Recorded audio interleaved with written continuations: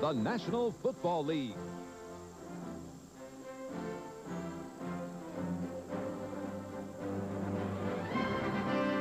Today, from the Astrodome in Houston, Texas, it's the Pittsburgh Steelers versus the Houston Oilers. Pittsburgh Steelers. In that AFC Central Division race is still a mad scramble, with the Bengals and the Steelers tied for first, and the Browns and the Oilers just one game behind.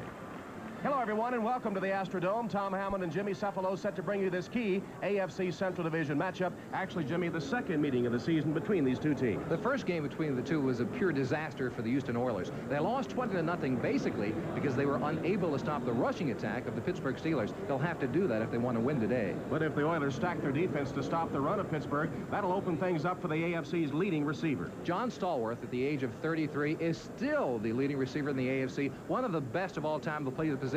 Watch this catch against the Kansas City Chiefs. He dives, he jumps, he rolls over, but he comes up with the catch. And that tells the story of his season thus far this year. Also, they must contend with Lewis Lips on the other side, another very, very, very deep threat for the Pittsburgh Steelers. Well, while the Steelers were beating Kansas City, Buffalo was shutting out Houston. What can the Oilers do to get that offense cranked up today? Well, they've got to protect Warren Moon. They did that well last week. However, he only completed 3 passes all day long. It was a rainy, cold day up there in Buffalo. Today, he has no excuses. He's indoors. He's a fine quarterback, and I look for him to complete much more than 3 passes on the afternoon today. And Moon will have the first offensive opportunity today. The Oilers have won the toss and elected to receive, as the Steelers get set to kick it off with Gary Anderson booted. And there's Anderson. The receivers deep for Houston will be Walls and Donaldson. They've had a real problem with their receivers. Drury, who's usually back there, is injured. And Donaldson, who was pressed into service at Buffalo a week ago, had a key fumble in the game. Anderson ready to send it down. The Steelers 5-5, the Oilers 4-6. Good kick halfway in the end zone. Walls takes it, and he'll stay there. He won't come out with it. So the Oilers will put it in play from their own 20-yard line to get the game underway. Houston is a much better team playing at home in the Astrodome as Warren Moon brings his field onto the team. The squad is Moon at quarterback with Woolfolk, Moriarty, the running backs, Smith, Hill, and Williams, the receivers. And that offensive line, Salem, Munchak, Romano, Schumacher, and Matthews. The first quarter's been a real problem for the Oilers this season. They've been outscored 74-10 in the first quarter this season. First down from their own 20, first play from scrimmage in the game. Smith in motion. Moon completes his first pass, it appeared, and then Moriarty just had it bounce right off his hands. He was wide open, Jimmy. He was very much open, and that's a problem that Moon has had during the year. He has had some receivers drop some passes for him. They need to get their confidence if they're going to do well today. Steelers defense, Wills, Catano starting in place of Dunn, who's injured today, Goodman, and then the linebackers, Merriweather, Little, Cole, and Hinkle. And in the secondary for the Steelers, Woods, Clayton, the NFL's leading active career interceptor, Donnie Shell, and Eric Williams completing the defense for Pittsburgh. 2nd and 10 for the Oilers from their own 20. I formation in the backfield with Woolfolk and Moriarty. In motion, Smith. Moon hands to Woolfolk, finds some running room, gets a block downfield. Up to the 40 and almost to the 45 before he's dragged down. Donnie Shell made the saving tackle, but Butch Woolfolk, who is the leading rusher and the leading receiver for the Oilers, found running room for 23 yards. And Harvey Salem has had a great year thus far. There you see him, number 73, and Woolfolk is running right behind him. He's blocking on number 56, Cole. Woolfolk is the guy they're going to have to call on this afternoon if they're going to control the football. They've got to control the ball by running it to keep the Steeler defense on the football field. Harvey Salem, 6'6", 3-year veteran out of California with a good block and the Oiler first down. Their own 44-yard line, Smith in motion again. Moon hands again to Woolfolk. Again, he tries the right side behind Salem and gets 4 or 5 yards almost to midfield. David Little, inside linebacker, the leading tackler on the Steeler defense, makes the stop. Oilers moving the ball on the ground early in the game, and Butch Woolfolk doing most of the damage. Woolfolk, who came over to the Oilers in a trade from the New York Giants, 4-year veteran out of Michigan. He's really been helped by an offensive line that has played extremely well over the past 4 weeks. They've been opening holes up for him and protecting Moon as well. Mike Rozier makes an appearance in the backfield for the Oilers now as Moriarty goes out. 2nd and 5. Screen pass complete to Woolfolk. Up close to a first down. Mike Merriweather makes the stop. Outside linebacker. They set up a screen that time for Woolfolk, and he took it up close to the first down marker. Over the past 4 weeks, Salem, number 73, has had to play against 4 #1 draft choices in a row. Here he's at his strength, pass blocking, keeping the defensive man, and that happened to be Goodman, away from the quarterback. Moon has a lot of time to get this pass away. The object here is to get the ball to Woolfolk as much as possible. A week ago, the Oiler coaching staff received some criticism because he only touched the ball 6 times during the entire game. If Moon is going to be successful today, he has to get the ball to Woolfolk. 3rd and 1. Moriarty returns to the lineup. Woolfolk goes out. Moriarty gets the call and the first down. Goes across the Steeler 45 down to about the 43-yard line. Mike Catano, the nose tackle, holding on for dear life as Moriarty gets the call and picks up the first down for the Oilers. See the figures on Moriarty so far this season. He's the 2nd leading rusher behind Woolfolk. Mark it at the Steeler 44-yard line. Another first down for the Oilers. They've scored only 10 points in the first quarter all season. Rozier and Moriarty are the running backs, set up in the I formation. 2 wide receivers to the left for Warren Moon. Again, send Tim Smith in motion. Moon to pass. Complete to Moriarty. Down to the 35-yard line of the Steelers. Again, they hit the back coming out of the backfield. They are. They're trying to start in a slow way by getting a ball control offense as much as possible. Here, Jimmy Romano, the center for the Oilers, number 55, blocking against Mark Catano, 78, doing a good job keeping him out. It's going to be very important that Moon gets this type of protection all day long. A week ago, he was not sacked all day long. Here he hits Moriarty, the short passing game, again to try to control the football early on and gain the confidence of the rest of the Oiler offensive line and their running backs. That one was good for 9 yards. 2nd and 1 for the Oilers from the Steeler 35. Chris Dressel and Jamie Williams, 2 tight ends in the game for the Oilers. And now a little mix-up in the offensive set for Houston, and the Oilers will take a timeout. So a mix-up in the action causes Houston to waste a timeout, but they're driving here in the first quarter. No score, the Steelers and the Oilers. Quarter of play, as you see, the Steelers have dominated this series with the Oilers, 23-9. They've won 5 of the last 6. But Jimmy Cephalo, here in the Astrodome, the Oilers are much better. They're a much better club here this year, as well as their history indicates. Indoors, they like a club having to come in here playing on a very difficult rug with a very boisterous crowd behind them. They're very tough in the Astrodome. 11-10 to play in the first quarter, and no score. Flags are down as Moriarty gets the call up the middle. He'll be close to the first down, but flags on the play. It looked like one of the Houston offensive linemen might have moved a little prematurely. Red Cashin, the referee today. And it will be against the Houston Oilers. This has been a problem for them, Jimmy. They get a drive going and then make a mistake, oftentimes a penalty that'll stall that drive. The Oilers tied an NFL record earlier in the year. They had, I believe, number 170 yards in penalties against them. It has been a problem. They get something going, and they make a big mistake such as this. But they're a young club, and they're a club that's making progress every week, and that's what Hugh Campbell is happy about. Hugh Campbell, along with Oliver Luck, they're sending the plays in to Warren Moon. Oliver Luck, number 10. And we expect to see him. If Moon does not have a good day, we expect Luck to get a chance rather early. 2nd and 6 for the Oilers. Again, they go to the run, and not much there. To the 40 is Rozier, and he's stacked up by a host of white-shirted Steeler defenders. Down at the bottom of the stack, it was Eric Williams, the free safety. Rozier's been a little bit of a disappointment, although he would say in his defense he hasn't gotten the opportunity to carry very many times. He's been nursing an ankle injury that caused him to miss last week's game. He has missed several games. The opening game of the season against the Miami Dolphins, Rozier played a great game, the type of a game that the Oilers expect from him. But injuries have hampered him thus far this year. But once again, they have hampered him through much of his career as a professional. 3rd and 5 for the Houston Oilers. Changing up on the formation, they put Drew Hill on a wing now, and the whistle sound, and I believe they took too much time.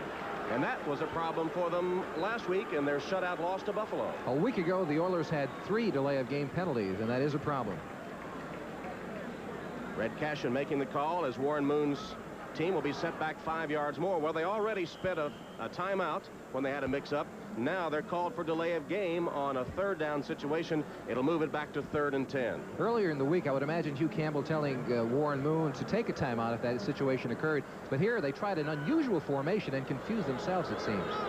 Smith, Walls, and Hill, 3 wide receivers in the game for the Oilers on 3rd and 10 from the Steeler 45. Moon's in trouble. And he'll be sacked in the grass as the Steelers get the sack. John Goodman, the defensive end, apparently came untouched. He seemed to come completely untouched. One of the key to the games, as we mentioned earlier, was protecting Warren Moon. A week ago, he was not sacked whatsoever. But here, John Goodman goes inside. There's a game. They're trying to change up on that offensive line of the Houston Oilers. But Goodman comes right through. It seems to be untouched. They did have a mix-up. Number 63 of Munchak was looking back saying, hey, Warren, watch out. Here comes somebody. 15-yard loss on the play, 4th and 25. And Lee Johnson is in to punt for the Oilers. There are the figures on Johnson for the season. And Lewis Lips, who is the best punt returner in the NFL, averaging almost 16 yards a return. End-over-end kick. Lips to the 30. And hit and driven back there. Good coverage by the special teams of the Oilers. So the Oilers apparently driving here in the first quarter, make some mistakes, and the drive stalls. And that means that the Steelers now get their first offensive opportunity. No score. We'll be back. Astrodome, the Pittsburgh Steelers tied for first place with the Cincinnati Bengals in the AFC Central. Chuck Noll's team much better at home at Three Rivers Stadium than on the road, as you can see. They'll have their first offensive opportunity here. David Woodley getting his 3rd consecutive starts after the injury to Mark Malone. And they'll put it into play from their own 30-yard line with 9:05 to play in the first quarter and no score. The give is to running back Frank Pollard. Running room, gets about 8 yards on the play. Pollard had a season-high 83 yards in the first meeting against Houston. Let's check the offensive lineup for the Steelers. Woodley is the starting quarterback. Running backs Abercrombie and Pollard. Stallworth, the leading receiver in the AFC. Lips, also a very deep threat for the Steelers. Benny Cunningham, the tight end. Up front, Penny, Wolfley, Webster. Hasn't missed a game in 12 seasons. Long and Ilkin. 9-yard gain on that give to Pollard. It's 2nd and 1 for the Steelers. The ball at the 39, Pittsburgh. Pollard went in motion. The give was to Abercrombie, and he's stacked up right at the line of scrimmage. Mike Stensrud, the nose tackle, stuffing the play right as it developed. Childress, the rookie, up front for the Oilers with Stensrud in the middle and Baker on the other defensive end. The linebackers for Houston, Lyles, Riley, Abraham, and rookie Frank Bush. And in the secondary for the Oilers, it's Brown, Allen, Bostic, and Eason. No gain on the last play. It'll be 3rd and 1 for the Steelers. They come with 2 tight ends, Benny Cunningham and Preston Gothard. Short yardage formation for Pittsburgh. Split backs in the backfield. And the give is to Pollard. He plows straight ahead. It'll be close to the first down. Let's see if he got it. Avon Riley, inside linebacker, 5-year veteran out of UCLA, plugging up the hole, and they may have to measure this one. It's going to be close. They do not have to measure. It is a Pittsburgh first down. Well, they just powered it straight ahead and picked up the first down the old-fashioned way. They earned it, absolutely. Ray Penny oftentimes goes in at a tight end in this situation. Normally an offensive tackle for the Steelers. A week ago, they tried to throw the ball to Penny. Unfortunately, he couldn't get open in the corner of the end zone. We'll have to watch for that play again today. Penny, number 65, and often will be left as a tight end, though he's normally, as Jimmy said, a defensive tackle. Put Pollard on a wing and send Lewis Lips in motion. They give back to Abercrombie. Abercrombie comes up to the 45-yard line where Bo Eason, the free safety, makes the stop with help from Riley, the linebacker. Let's check some scores now elsewhere around the NFL today. Indianapolis breaks on top of the Dolphins playing in the Hoosier Dome. 28-yard field goal by Allegre. The Philadelphia Eagles in front of the St. Louis Cardinals. Herman Hunter with a halfback pass to Mike Quick. And the Cleveland Browns also fighting to get back in this race in the AFC Central with a 44-yard field goal from Matt Barr.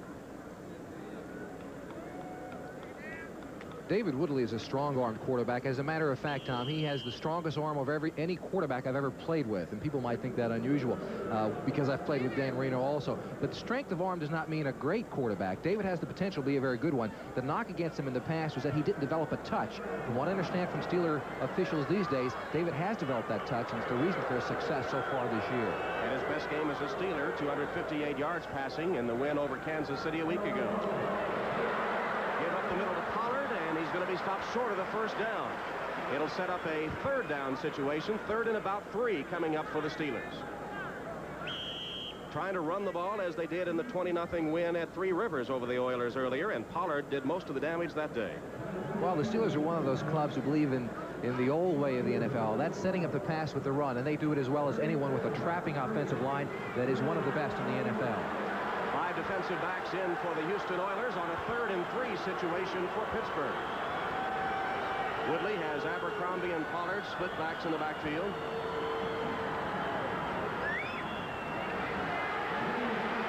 Woodley to Lips, complete for the first down. Steve Brown had pretty decent coverage, but Woodley put it right there where only Lips could catch it. Woodley did a very good job that day, today, in that particular situation of fending off the blitz. Here you see Lips number 83 at the bottom of your screen, and Brown is doing a pretty good job on him, but he forces the inside position, and that's number 37 getting caught out of position in that particular case, and that was the problem there today. That was Rod Cush having a little bit of a problem finding Lewis Lips coming across the middle. There is Lewis Lips, just making the reception for the Steeler first down. Steelers in Oiler territory at the Houston 37 with a first down. No score, first quarter, 5:08 to play. Give to Abercrombie. Ehrenberg it is in the game. Rich Ehrenberg making his first appearance, gets the call and picks up yardage on the left side before Lyles, the 4th leading tackler on the Houston club, makes the stop. 6-yard gain on the play. Well, Indianapolis increasing its lead over the Dolphins, now 10-3. The Colts in the first quarter at Indianapolis. Dolphins have really struggled. Your team has had its ups and downs this season. They have had their problems, and the Colts are very good in that dome.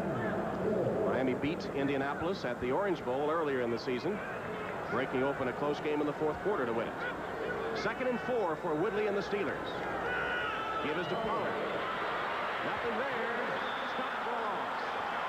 Robert Abraham right there from the outset. Abraham came up in a hurry and made the stop for a loss on the play. Loss of 2. It'll be 3rd and 7 coming up for the Steelers.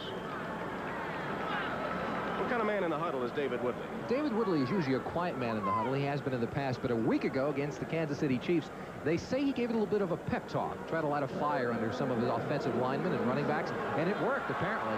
They came on and had their best offensive show of the season. Luigi Thompson, another wide receiver, comes in for the Steelers on 3rd and 7. Woodley. Incomplete. He was expecting Thompson to break on for the end zone, I think, and Thompson had broken over the middle, and while Woodley was going down, he sent it over the head of Thompson. There's a correction on that last score. It's even worse than we thought from the Dolphins standpoint. 10-0 Colts. For that particular play, Allen had very good coverage against Allen, and Woodley had no place else to go with the football. He made his read, decided that's where he should go, but Thompson didn't do the job of getting open. A good play by Allen. Gary Anderson in to attempt a field goal now for the Steelers. It'll be a 52-yarder. He has made, as you see, his last 6 straight. He's never missed in the Astrodome. 7 for 7.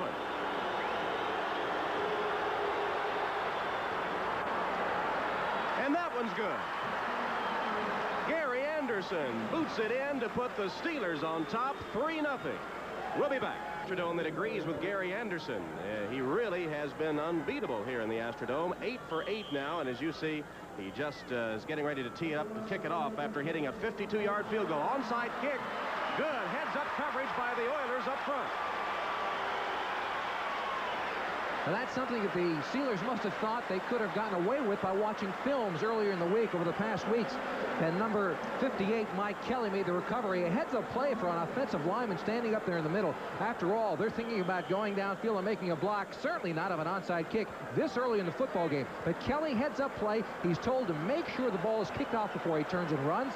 It's not kicked off. He runs up with good hands for an offensive lineman and makes the play.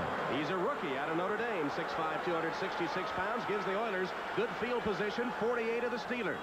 Pittsburgh leading 3-0, 3.5 minutes first quarter. Smith in motion, Moon retreats to pass. In trouble. He scrambles to the 45. He's got a first down the sideline, and stopped at the 50. Donnie Shell knocked him out of bounds, but a great scramble by Warren Moon, who might have been shaken up on the play.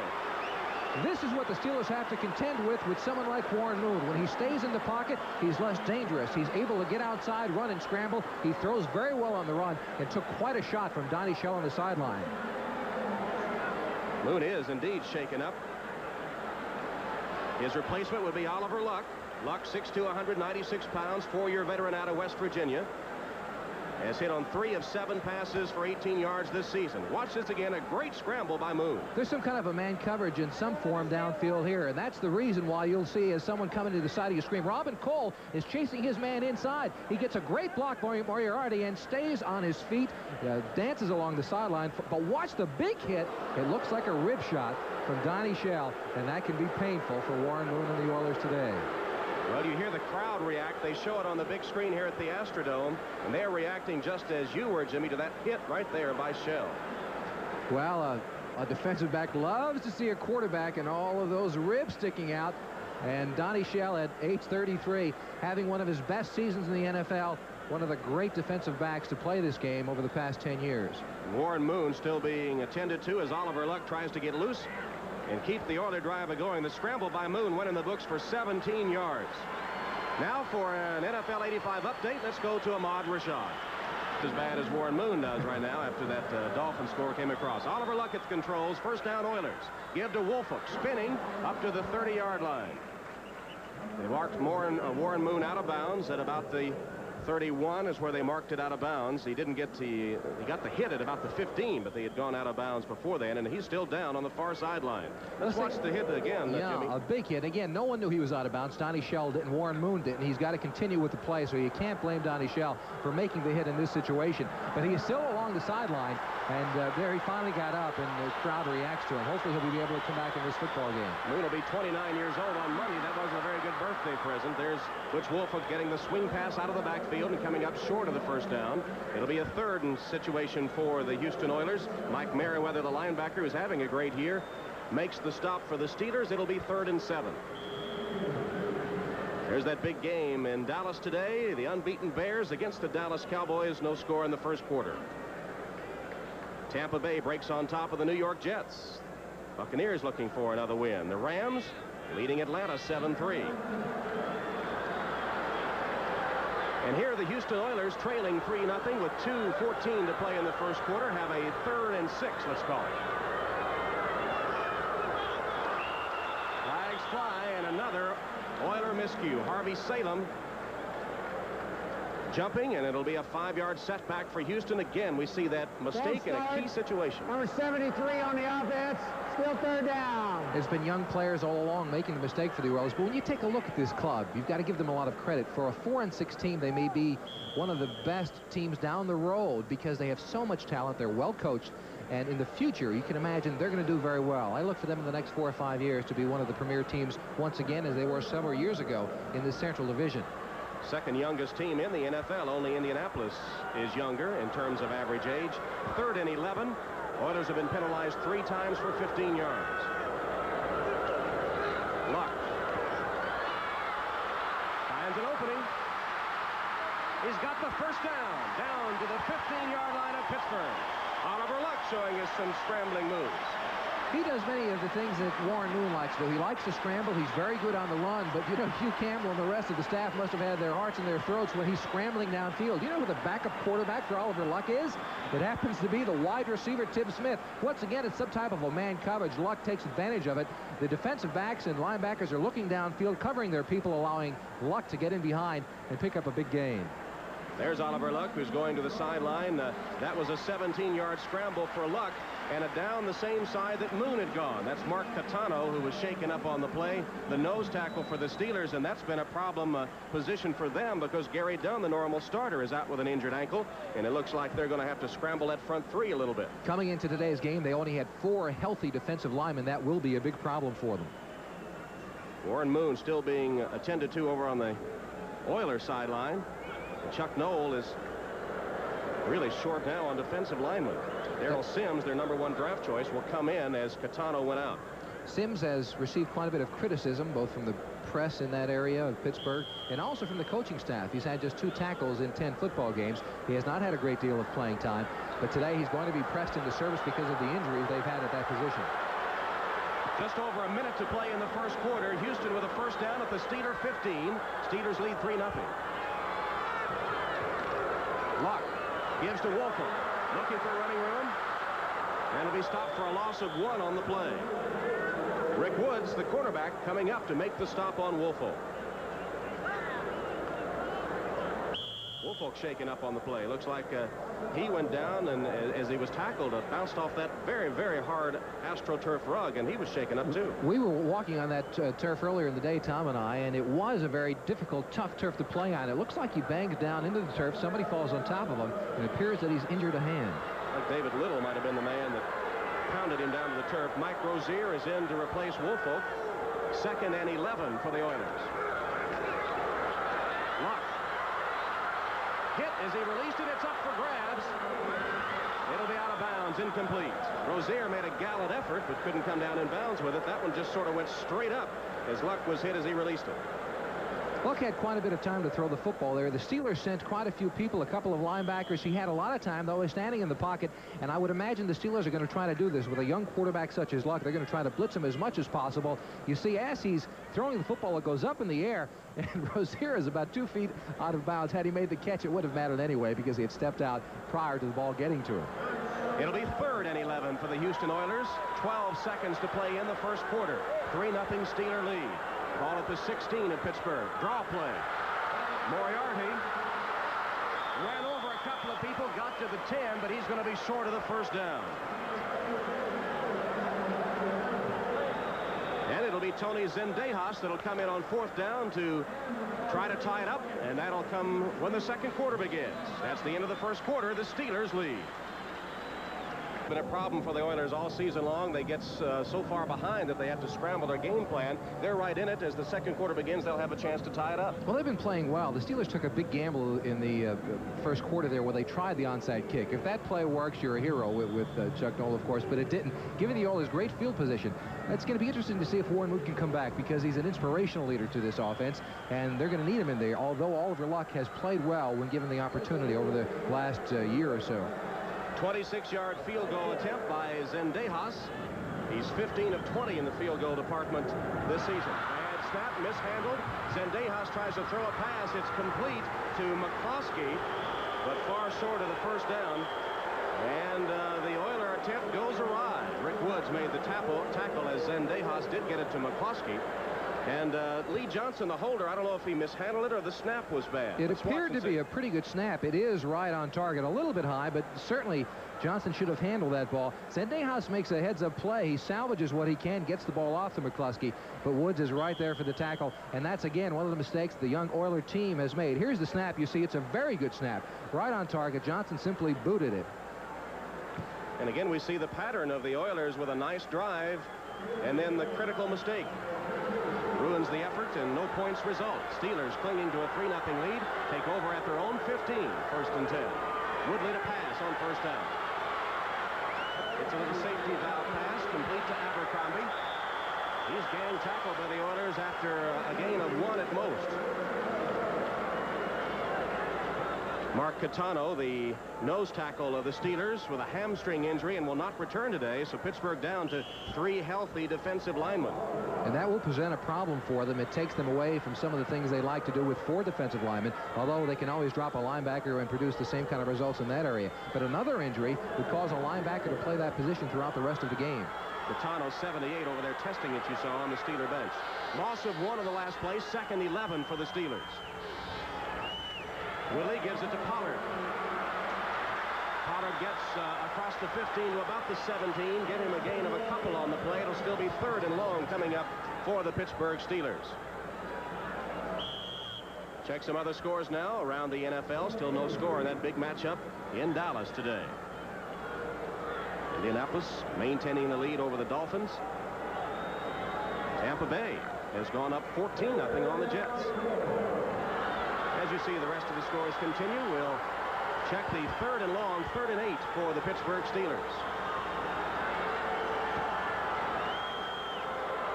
David Woodland. Out of time, flag down, complete to Ehrenberg. He coughs it up, loose ball. And now blow the play dead. Ehrenberg fumbled it, and he's down.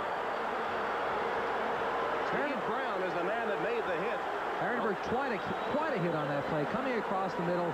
Absolutely no idea where that linebacker or defensive back is, but that's a tough way for a receiver to come across the middle and take a hit like that. Chuck Dole's team misfiring on this offensive possession as Ehrenberg is down and hurting. This is a very physical game. Willie coming back. He's looking for the first down in this particular case. The Oilers decided to zone the entire field. Here comes Ehrenberg across. He's used in many instances as a slot back in that third down situation. He'd like him as a receiver. He took a big hit coming across the middle. Willie led him downfield a little bit, and that's a good way to wind up in Mercy Hospital. They ruled it an incomplete pass. It'll be fourth down for the Steelers. Here you see it from the secondary standpoint, a zone all the way across the field. Ehrenberg coming underneath the zone. They didn't care if he caught the ball there because he's not going to get enough for the first down. He takes quite a hit on the play. There's Ehrenberg leaving the field. The penalty was a holding call against the Steelers, which was declined. And Newsom is in to punt for the Steelers. There are the figures, 41.3 average. Jeff Donaldson is deep for the Oilers. Not their normal returner, but as we noted earlier, pressed into service by injuries to Drury. Good high kick. It's going to be a little short. Bounces right out of bounds, just in Oiler territory. So Houston again will start in very good field position from their own 49-yard line. 34-yard kick only. So we'll take a break. The Steelers lead 3-0. Quarterback shaken up earlier. We're told he had the wind knocked out of him only, and apparently will be back. But right now, Coach Campbell electing to stay with Oliver Luck at quarterback. They're happy with Oliver Luck. He's played well in his opportunities that he's had. A week ago, Hugh Campbell said he might have, in retrospect, gone with Luck and then returned with Moon to give Moon a look at things. Moriarty gets the handoff from Luck and goes into Steeler territory down close to the 45-yard line of Pittsburgh. Brian Hinkle makes the stop from an outside linebacker spot. Let's check the stats for the first quarter. The Oilers are doing very well as far as rushing the ball. They said coming into the game they wanted to control the football if they could. Rushing with the ball 74 yards to the Steelers just 21. An important statistic for the Houston Oilers today. But the passing yardage, once again, a week ago, they had very little in that area. Completed just 3 passes today. Just 1 yard passing in the entire first quarter. 2nd and 5 for the Oilers. Luck again hands off. This time Rozier gets right back to the line of the scrimmage. Perhaps a gain of 1 on the play. Updated report from the Houston Oilers bench is that Warren Moon may have a hip pointer now, and his status is questionable for the rest of the day. So the injury apparently a little more serious than was first suspected. There's Warren Moon wearing some sort of flak jacket or something. You see the number 1 on his jersey being bulged out. I think it's some sort of rib protection or something he's wearing. Those flak jackets or rib protections have become standard equipment for most NFL quarterbacks around the league, trying to protect against that blindside hit. 3rd and 2 for Houston. And short of the first down on the give to Moriarty. He was hit right at the line of the scrimmage, by David Little, the linebacker, who filled the hole. And it's going to be 4th down for the Oilers. They got the ball in good field position, but can't do anything with it. They come up a couple of yards short, and it's a punting situation. Lee Johnson, the punter for the Oilers, has averaged 42 yards a kick. There's the score. The Bears break on top of the Cowboys 7-0 down in Dallas. Lewis Lips deep for the Pittsburgh Steelers, the NFL's leading punt returner. Johnson, left-footed, barefooted kicker. Lips just lets it sail over his head, and it will go into the end zone. Well, Johnson didn't even apparently make an attempt for the coffin corner. He just kicked it straight away. It seemed like he didn't want to go for the corner. Maybe it was just an idea of a poor kick on his part. You'd think he would want to go that area. The Steelers up 3-0. The Oilers sideline, his team behind 3-0 with 11 minutes, 12 seconds to play in the second quarter. And David Woodley huddling with his Pittsburgh Steelers. They have the ball deep in their own territory at their own 20-yard line as they put it in play with that 3-0 lead. A 52-yard field goal by Anderson, the only scoring in the game so far.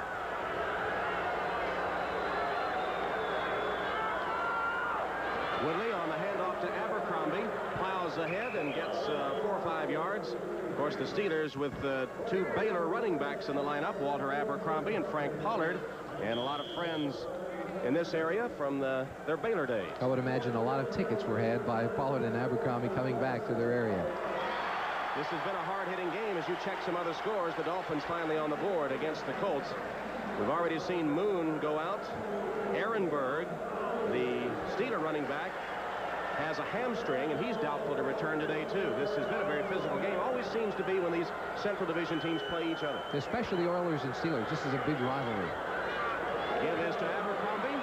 Has the first down for the Steelers, and a couple more. Riley and Bostic on the stop for the Oilers, but not before Abercrombie rambled for a Steeler first down. Picked up about 6 yards on the play and keeps the Steeler drive alive. Steelers have effectively taken this sellout crowd out of the game so far. Not much noise. No, not much whatsoever. Usually the crowd gets involved in this football game here in the Astrodome, and they affect the outcome on many occasions. See the other scores from around the league flashing by as Chuck Knoll directs the offense for the Steelers. Actually, Woodley calls about 70% of his own plays. There's a completed pass. It'll be short of the first down. Lips on the reception. Steve Brown takes him out of bounds. It'll be a couple of yards short. And, of course, that's where the coaches go crazy, because the receiver doesn't get that first down yard. He just comes up a yard or two short. That has to be something that really sticks in the craw of men like Chuck Knoll. Well, in that particular situation, though, Lewis Lips is a very deep threat, and you can bet that Steve Brown was not going to get too close in that situation. Just a first down play. They'll be happy with the 9 yards. They've got another 2 situations to come back and get this yard for the first down. And on a 2nd and 1, might they go deep here? It's a good opportunity for them. Instead, they go to the run, and they'll get the first down as Pollard plows straight ahead. Behind the blocking of Webster is center, Wolfley and Long as guards. Mike Webster, a story in himself, 7 straight Pro Bowls. He's never missed a game in 12 seasons, playing today in his 172nd straight game. For years, he was the premier center in the NFL, and even today, there's questions whether he or Dwight Stevenson, the All-Pro from the Miami Dolphins, which one is the best center in the league. And after 12 seasons, he's never missed a game. You've got to know that Mike Webster is one of the toughest football players in the NFL still today. First down for the Steelers. Their own 46. They lead 3-0. Good running room that time to Pollard, who comes up for another Steeler first down. He gained about 10 yards on the play. Bostic and Riley, with help from Bo Eason, making the stop, but hanging on for dear life as Pollard, 5'10", 223 pounds, the 7th leading rusher in the AFC, plowed straight ahead right behind the man we were talking about, Mike Webster. Mike Webster is, again, a very strong football player, and he's just taking it to the middle nose guard for the Houston Oilers, Mike Stensrud. Here, Bo Eason comes up and makes the play. He's the 2nd leading tackler on the team, and that spells trouble for a defense. If your safety is making all those tackles, it means your linebackers and your front people aren't doing the job. Pollard got 9 officially that last time. 2nd and 1 for the Steelers from the Oiler 45. Pollard hit and spun down right at the line of scrimmage. Mike Stensrud that time whipped Webster to make the tackle. That was another opportunity for the Steelers to maybe on a 2nd and 1, a little play action fake and go up top to either Stallworth or Lips, but they elected to try to go with the ball control and make the first down. They do have the other opportunity here, though. Gain of an inch or 2, and not much more than that. It'll be 3rd and 1 for the Steelers. Clock on the move, less than 7.5 minutes remaining in the first half of play, with the Steelers leading the Oilers 3-0. We gave you that score, the Bears leading the Cowboys 7-0. It was a 1-yard interception return for a touchdown by Richard Dent of the Bears, the only score in the game so far. Abercrombie in motion, Pollard will hand off. He gets the first down, but just barely. Bostic, Riley again doing the defensive work for the Oilers. And depending on the spot of the ball, it'll be a first down or very close. It will be a first down for Pittsburgh. And talking to the defensive coordinator, Jerry Glanville, from the Houston Oilers earlier today, he's very happy with his defensive unit. Yes, they've made some mistakes with some young players back there, but he thinks overall they're a solid unit. A week ago, they gave up 20 points, but on many possessions, it became because of turnovers, where the Buffalo Bills had the ball deep in their own territory. This Houston defense is a gambling, blitzing defense. Here's Woodley on first down. Chased out of the pocket. Gets back to the line of scrimmage, perhaps a gain of a yard or 2. Richard Byrd, defensive end. Mike Stensrud, the nose tackle, collapsing the pocket, flushing Woodley, and taking him down after a short gain. You alluded to the fact that the Oilers are a blitzing type of a defense. They've got to be concerned with somebody like Woodley back in the pocket because he runs so well. He's not afraid to run, and part of his success over the past 3 weeks has been his ability to run out of the pocket and throw the football behind the line of scrimmage or take it upfield. And with a blitzing type of a defense, once you break that line of scrimmage, it's a big game. David Woodley, the youngest quarterback to ever start in a Super Bowl, as you see Jerry Glanville, the defensive coordinator for the Houston Oilers. Upstairs, calling the defensive formations. Give to Abercrombie. Shakes one tackle, plows ahead, and again comes close to a first down. Looked like they had him stopped for a short gain, and Abercrombie on second effort comes up close to the first down sticks. Abercrombie did a lot of the work by himself. Number 74, Terry Long, who is a very fine guard for the Steelers, missed this block here. Look at him here. He's pulling out, going downfield, trying to make a block. Number 74, Terry Long, throwing his body and misses the block. Unfortunately for the Houston Oilers, Abercrombie made much of the play all by himself. He came up a yard short of the first down. It'll be 3rd and 1 for the Steelers from the Oiler 34. Clock approaching 5 minutes till halftime, and the Steelers clinging to that 3-0 lead. Houston has seen several drives stall because of mistakes, and they haven't scored yet in the first half. Here's Woodley. Plenty of time. The pocket then collapses, and the throw will be short. It's going to be a flag down and an interference call. Ouija Thompson, the intended receiver, with Steve Brown covering, and it will be offensive interference against Ouija Thompson. On that play, the Steelers send out Ray Finney, number 65, who was an eligible receiver on that particular play, downfield. Now, you've got to understand, he's a very large man. He's going to come from the left side of your screen. Watch him going downfield if we can catch him. He's downfield, not very open, as a matter of fact, but you can understand that. Here's the play. Offensive interference called. We couldn't see it in that particular instance. Number 24, that's Brown for the Oilers. Seemed to have good position on the play, and Thompson apparently nudged him out of the way. Well, the penalty will take the ball all the way back to the 45-yard line. Chuck Noll's team now has stalled, perhaps because of a penalty. It'll be 3rd and 11 for the Steelers. I mentioned Woodley was the youngest quarterback to start in a Super Bowl, 24 years old when he started against Washington in Super Bowl 17. You played in that game, didn't you? Yes, I certainly did. Another flag down. Woodley in trouble. Lets it fly. Man wide open. But they say he was out of bounds. Out of bounds. Stallworth was all by himself. Flag on the play, and the flag went down just at the snap of the ball.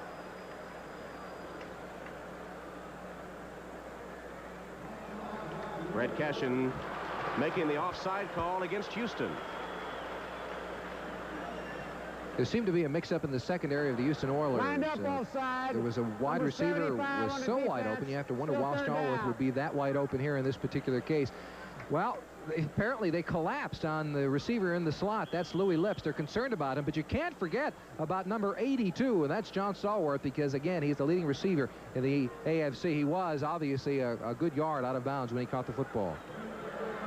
5-yard penalty against the Oilers. It'll be 3rd and 6 for the Steelers. The ball at the 39-yard line of Houston. Split backs, Abercrombie and Pollard in the backfield. Woodley in trouble and sacked right at midfield. Another flag down. Jeff Donaldson on the safety blitz made the sack. But again, penalty flags flying.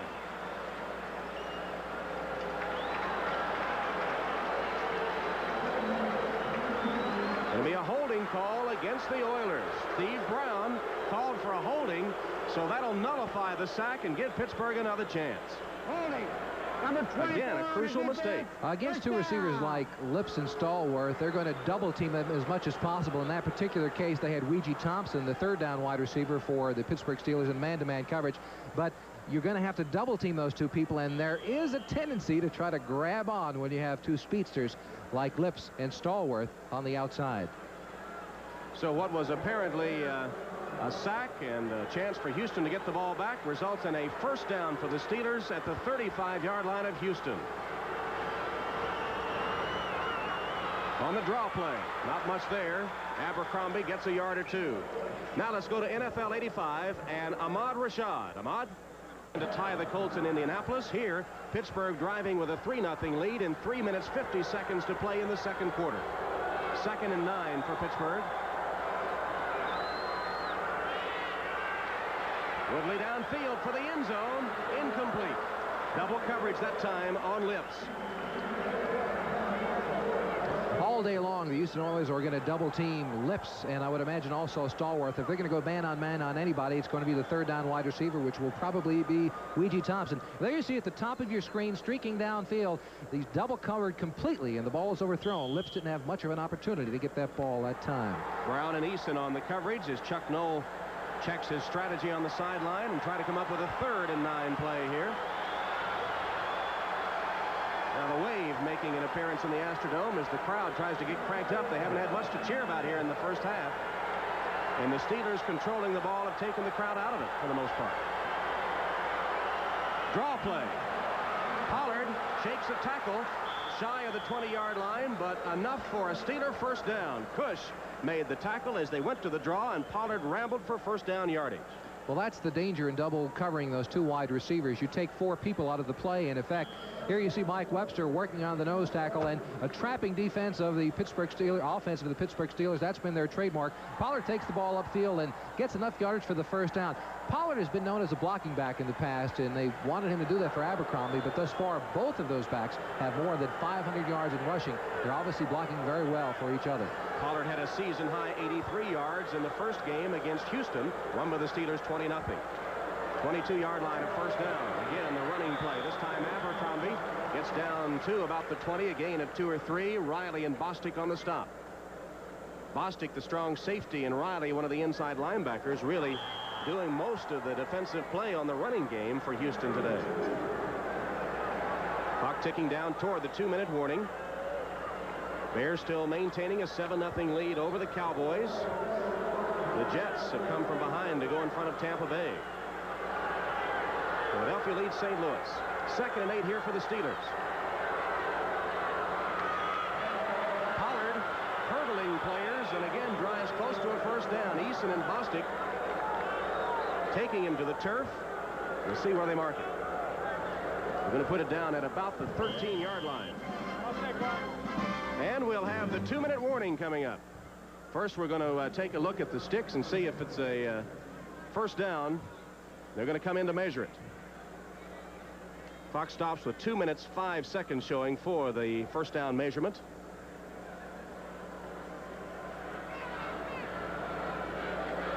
And it will be a Steeler first down. So the Pittsburgh Steelers continue to drive here as the first half approaches its conclusion. And the clock stops at 2 minutes for the 2-minute warning. We'll take a timeout from the Astrodome in Houston with the Steelers leading the Oilers 3-0. 4-yard field goal, and the Chicago Bears increase their lead over the Dallas Cowboys to 10-0 in the second quarter. Atlanta shutting out the Rams 17-0. And a 7-3 lead for Buffalo over Cleveland in a game important to both the Oilers and the Steelers. Cleveland, like Houston, a game out of first place.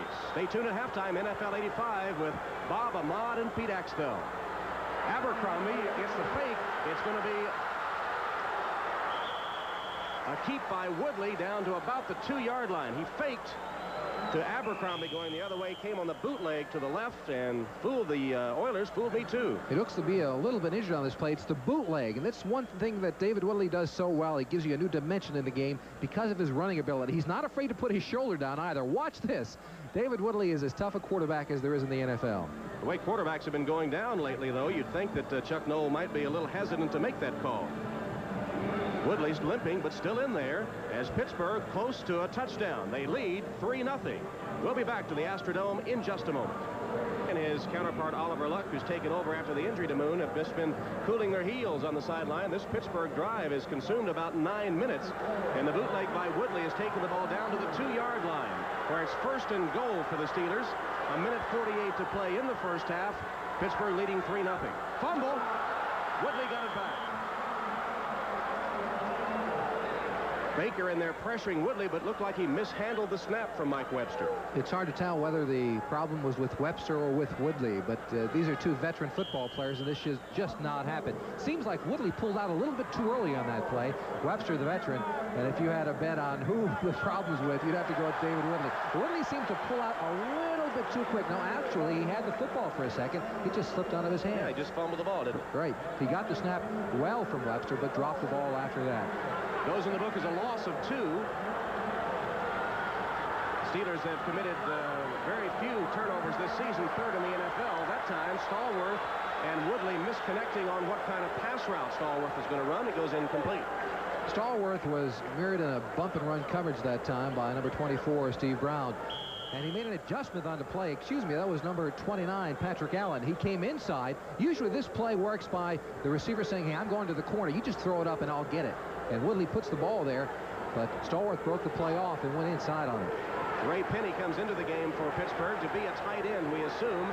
Normally a tackle, 6'4", 265 pounds. You see the figures on Woodley.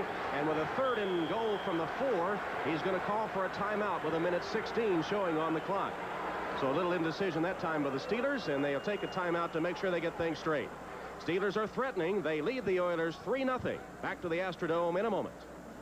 18th play of this drive coming up for Pittsburgh. They have controlled the ball, taken it down the field, and they'll have a goal line situation from the 4-yard line coming up.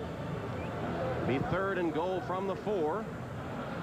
The 18th play of the drive, and they really have controlled the ball. That's the most that they have had in a scoring drive all season, if they can put points on the board at the end of this drive. Well, this is about a 10-minute drive for the Steelers, and if the Oilers are able to make them settle for a field goal attempt, it will be a great push for the Oiler defense going into the second half.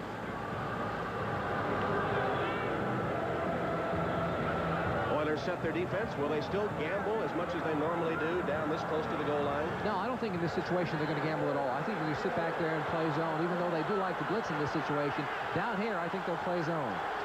Pollard and Abercrombie are the setbacks. Third and goal from the 4.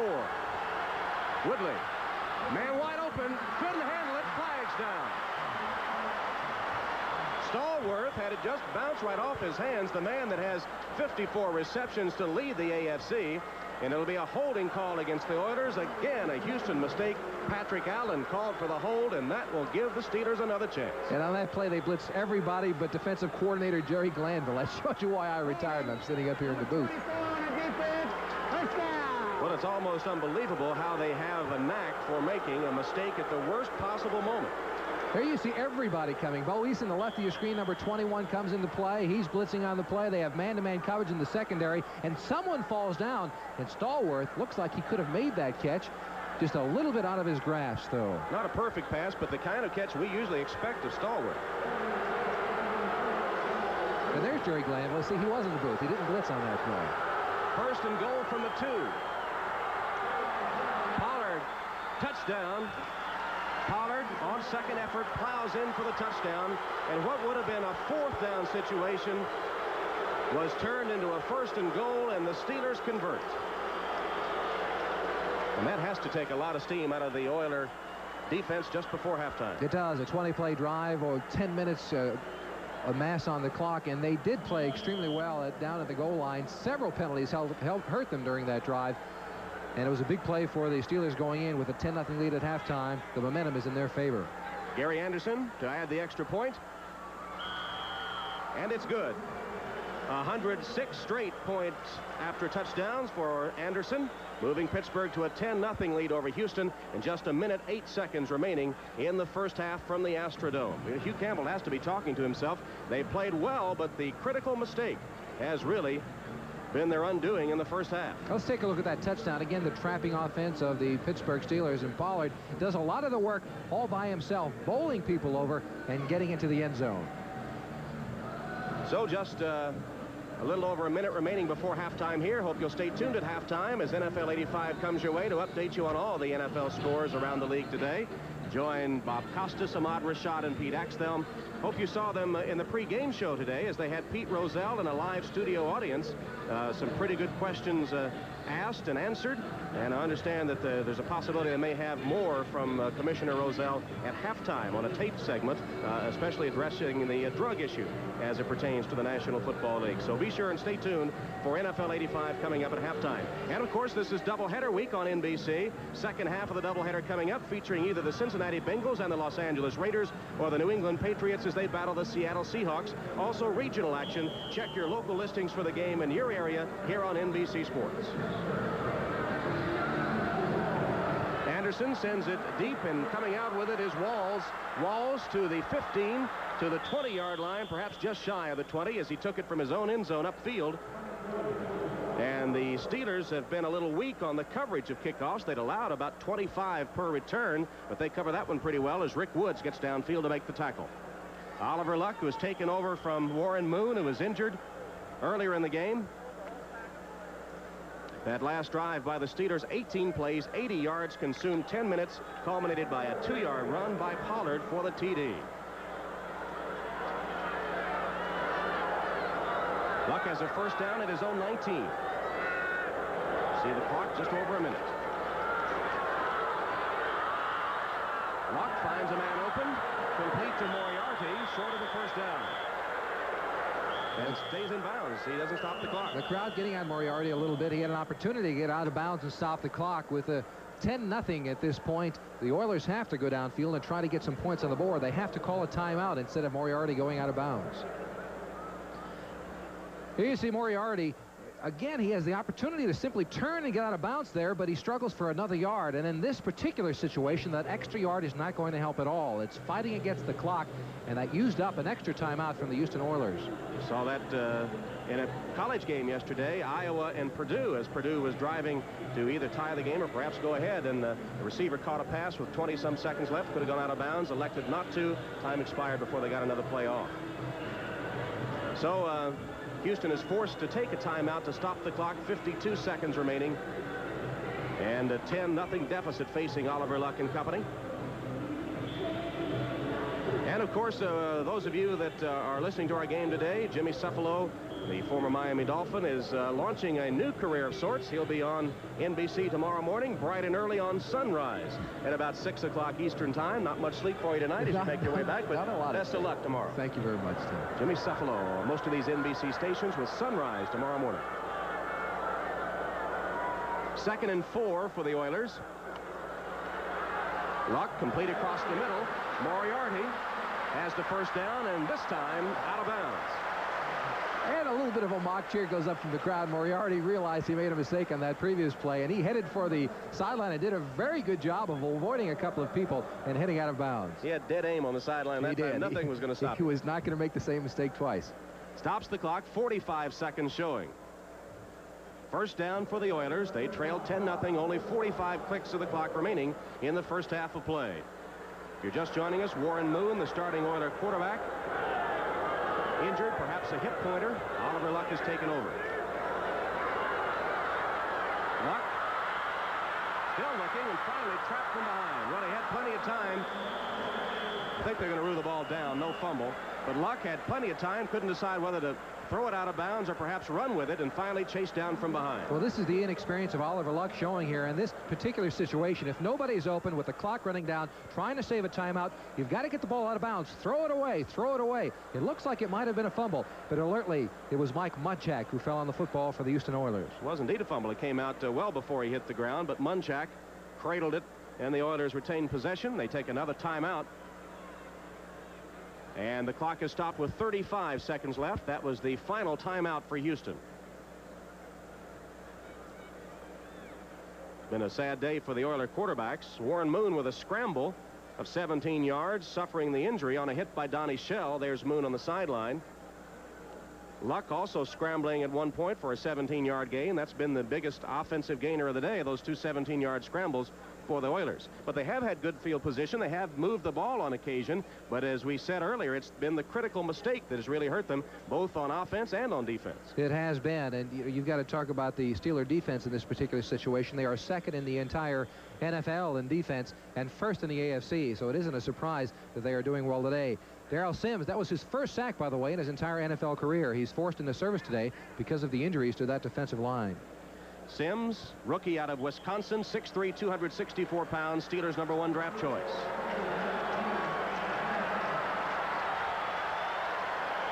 There's the timeout situation. Second down, 7 for the Oilers from their own 38. They trail 10-0. Clock approaching a half minute. Luck again. Throws it away.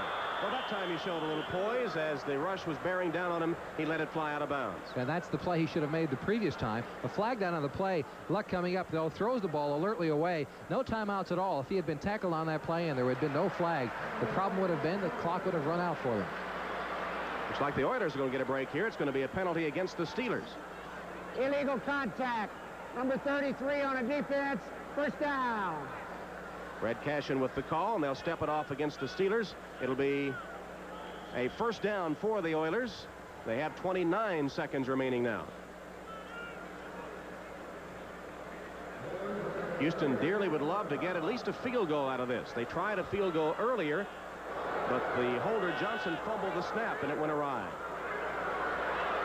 Luck. Complete. Woolfolk gets a block. Turns it into a good gain and close to a first down. Looked like it was going to be a completion for a short gain. Woolfolk got a little more out of it. Clock ticking down toward 10 seconds. The Oilers try to get off one more play. The referee now stops the clock to reset the chains. They're going to call, I believe, for a measurement to see if it was a first down. So that gives the Oilers a chance to regroup and get a play called there. Well, it is the prerogative of either side. If it is a reasonable request to find out whether it is a first down or not, in this particular situation, it aids the Houston Oilers.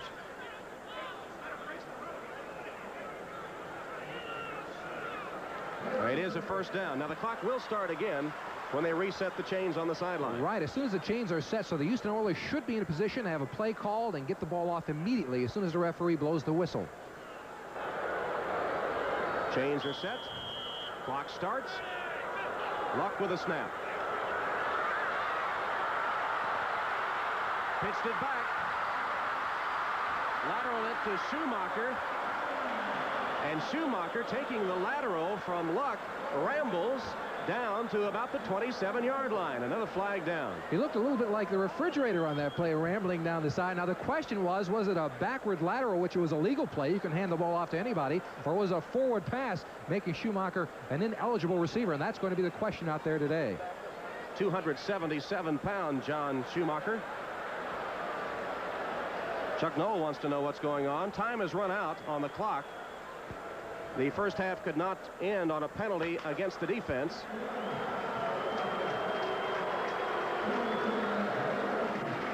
So it obviously was a penalty against the offense, and perhaps an illegal forward pass was the call. Red Cashin, I never did hear what he might have said or see the signal. Now the question is, did Luck get the ball to Schumacher backwards or forwards? It's a very close call in that particular case. Nevertheless, the clock did run out. They had halftime. It's Pittsburgh 10 and Houston nothing. It's been a costly first half for the Oilers. They've played pretty well most of the time, but they've made crucial mistakes that have hurt them both offensively and defensively. And of course, maybe the biggest play of the first half, they lost their starting quarterback, Warren Moon. They did lose Warren Moon with a big hit from Donnie Shell. They have played very well defensively. Here you see the hit by Donnie Shell on Warren Moon. A big hit, a legal hit along the sideline. We'll get a replay of it a little bit later on to show you that Donnie Shell was even knocked unconscious by the play. It was a big hit.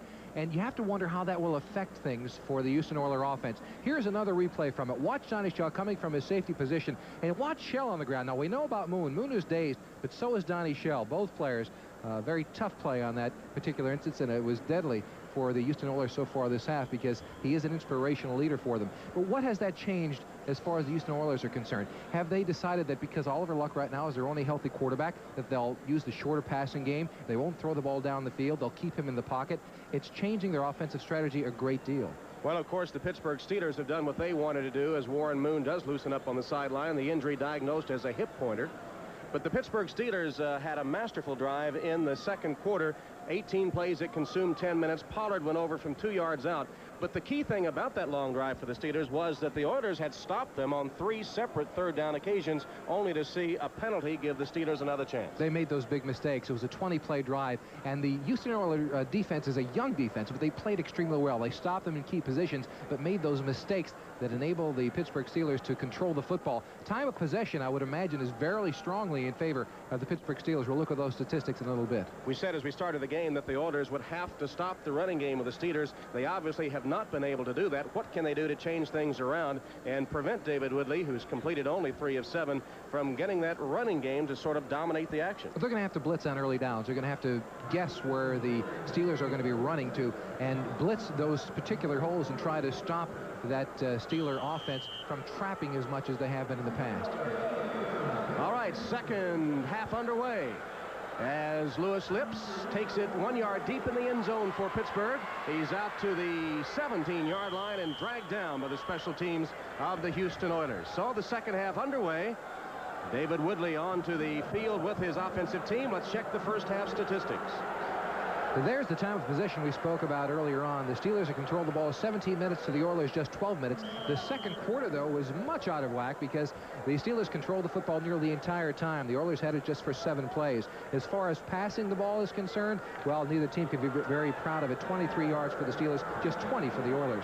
Running the football is a very big concern for both clubs, and that's where the Steelers have controlled the football, 120 yards in rushing. From the 19, first down for the Steelers. You saw Lips on the return because Ehrenberg is hurt. Here's Pollard on the handoff, and he's stopped for no gain. Ray Childress.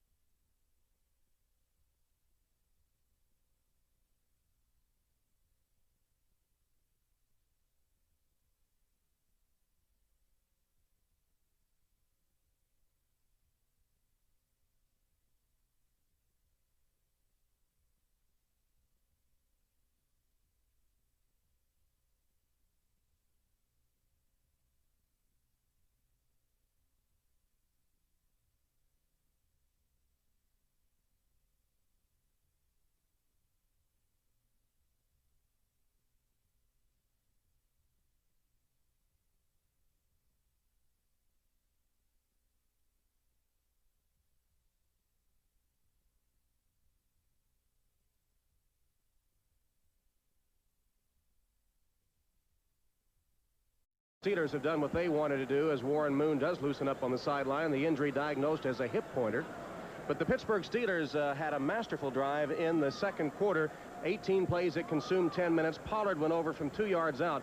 But the key thing about that long drive for the Steelers was that the Oilers had stopped them on 3 separate third-down occasions, only to see a penalty give the Steelers another chance. They made those big mistakes. It was a 20-play drive, and the Houston Oilers defense is a young defense, but they played extremely well. They stopped them in key positions, but made those mistakes that enable the Pittsburgh Steelers to control the football. Time of possession, I would imagine, is very strongly in favor of the Pittsburgh Steelers. We'll look at those statistics in a little bit. We said as we started the game that the Oilers would have to stop the running game of the Steelers. They obviously have not been able to do that. What can they do to change things around and prevent David Woodley, who's completed only 3 of 7, from getting that running game to sort of dominate the action? They're going to have to blitz on early downs. They're going to have to guess where the Steelers are going to be running to and blitz those particular holes and try to stop that Steeler offense from trapping as much as they have been in the past. All right, second half underway as Lewis Lips takes it 1 yard deep in the end zone for Pittsburgh. He's out to the 17-yard line and dragged down by the special teams of the Houston Oilers. So the second half underway. David Woodley onto the field with his offensive team. Let's check the first half statistics. There's the time of possession we spoke about earlier on. The Steelers have controlled the ball 17 minutes to the Oilers just 12 minutes. The second quarter, though, was much out of whack because the Steelers controlled the football nearly the entire time. The Oilers had it just for 7 plays. As far as passing the ball is concerned, well, neither team can be very proud of it. 23 yards for the Steelers, just 20 for the Oilers. Running the football is a very big concern for both clubs, and that's where the Steelers have controlled the football, 120 yards in rushing. From the 19, first down for the Steelers. You saw Lips on the return because Ehrenberg is hurt. Here's Pollard on the handoff, and he's stopped for no gain. Ray Childress, the defensive end, who has really taken a beating today in the first half, comes up to make the tackle there. Childress is very strong against the rush. He was the third person taken to the draft this year, and the Oilers have been very, very happy with him. They say he's a very dedicated player and works against the rush very well. However, today, he has been taken out of that defensive strategy by the strong play of the offensive line of the Steelers. 6'6", 267 pounds, the rookie from nearby Texas A&M, Ray Childress, 79 of the Oilers. Second and 10, no gain on the last play. Second half underway at the Astrodome. Steelers leading 10-0. Fumble. And the Oilers have it.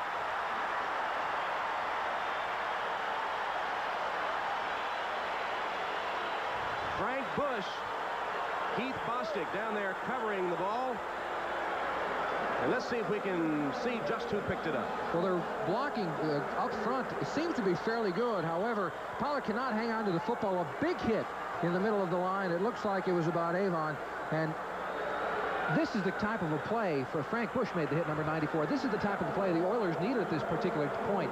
But they have had trouble converting touchdowns and field goals when they gain these big advantages, such as a turnover deep in the other team's territory. Let's see if they can prevail here. Steelers have not turned it over often.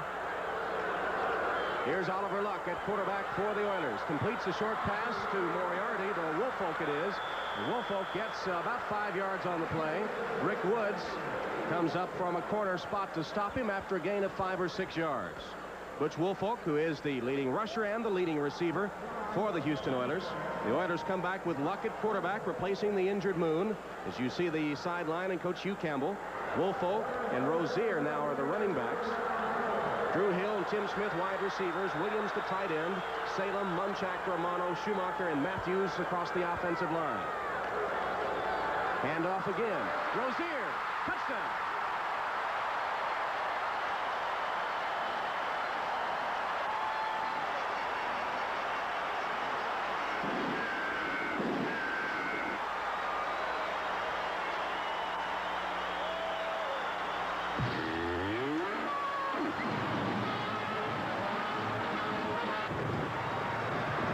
Well, the celebration underway here at the Astrodome as Mike Rozier, the former Heisman Trophy winner, burst 15 yards for the touchdown behind the blocking of Bruce Matthews and John Schumacher. And this sellout crowd, which has not had much to cheer about so far, finally gets something as the Oilers are on the board. Zendejas. And the point after is good. So the Oilers strike first in the second half after the Pittsburgh turnover. It's 10-7 Steelers. Let's get a touchdown and get on the board as the fans at the Astrodome celebrate the 15-yard run by Mike Rozier behind great blocking from his offensive line, narrowing the Pittsburgh lead to 10-7. That's the Oilers' first score in the last 6 quarters against Pittsburgh. They were shut out 20-0 in the first meeting and scoreless in the first half here. Zendejas set to kick it deep. Lee Johnson will kick off. Excuse me, there's Johnson kicking it deep. And he does indeed. Lips takes it just about a yard shy of the back of the end zone. We mentioned earlier Lips back returning kickoffs because of the injury to Ehrenberg. Let's go back now and look at a replay of the touchdown run. Rozier just completely broke free. Rozier started out to the right side. He breaks back behind a couple of blocks, and his ankle looks completely healthy. He goes untouched into the end zone. A closer look at the play shows that he started out going behind the guard and tackle Bruce Matthews and John Schumacher, but cuts back behind a great block by, watch this, number 73 Harvey Salem. He's rolling number 99 Darrell Sims completely out of the play. Mike Munchak is also doing a good job against number 56 Robin Cole, allowing Rozier to go untouched into the end zone. First down for the Steelers from their own 20. Woodley completes the pass over on the sideline to Stallworth. Stallworth's first catch of the afternoon. In fact, it looked like he had a couple in the first half that he probably should have caught. Couldn't handle them. Now he gets a reception. That is his 55th reception of the season, number 1 in the AFC. He caught 7 against Kansas City a week ago. Number 1 all-time Pittsburgh receiver. Career-wise against the Oilers, he does very well, but in the first game, he caught just 1 pass for 17 yards, and the first half, he was shut out completely. Caught 80 passes for a Steeler record a year ago, now up to 55 in 1985. 2nd and 3 after a 7-yard gain. Like Woodley's checking off. Blitz. Pollard. First down for the Steelers. Robert Lyles, the linebacker, makes the tackle. 4th leading tackler on the Houston club, a 2-year veteran out of TCU. Woodley noticed that number 25, Bostic, the safety, was going to blitz on that play. He audibled and went to the other side and got enough yardage for the first down. A good play by Woodley. Is Woodley very adept at that? Does he read defense as well? And is he good at checking off at the line of scrimmage? Woodley has had some problems this year in checking off. A week ago against the Kansas City Chiefs, an 8-man blitz caused Woodley to throw an interception, a play he should have checked off on. However, they worked on it this week, and I'll bet you can tell that he's going to check off quite often today. From the 32, first down for the Steelers. Plenty of time. Woodley deep. He's got Lips. Complete. Steve Brown makes the tackle. Lips was wide open. He had to wait for the football, but still able to make the reception down deep in Houston territory. Lips was wide open. He had gotten behind Patrick Allen. It would have been 6 points, but Woodley took a little bit off of the football. We said he has such a very strong arm on the play. But here he tried to use that touch that he's developed over the years, and if he had strong-armed it, this would have been a touchdown. Watch how wide open Lips is. He goes up and out jumps Patrick Allen for a big catch, and that's typical of what Louis Lips does. He goes up and takes footballs away because of his great vertical leaping ability. A 60-yard gain, the longest of the season for Louis Lips. And it puts the Steelers down to the 18-yard line of the Houston Oilers. So Pittsburgh made a mistake. They saw Houston capitalize. Now the Steelers come right back. Abercrombie in motion. Pitch to Pollard. Not much there.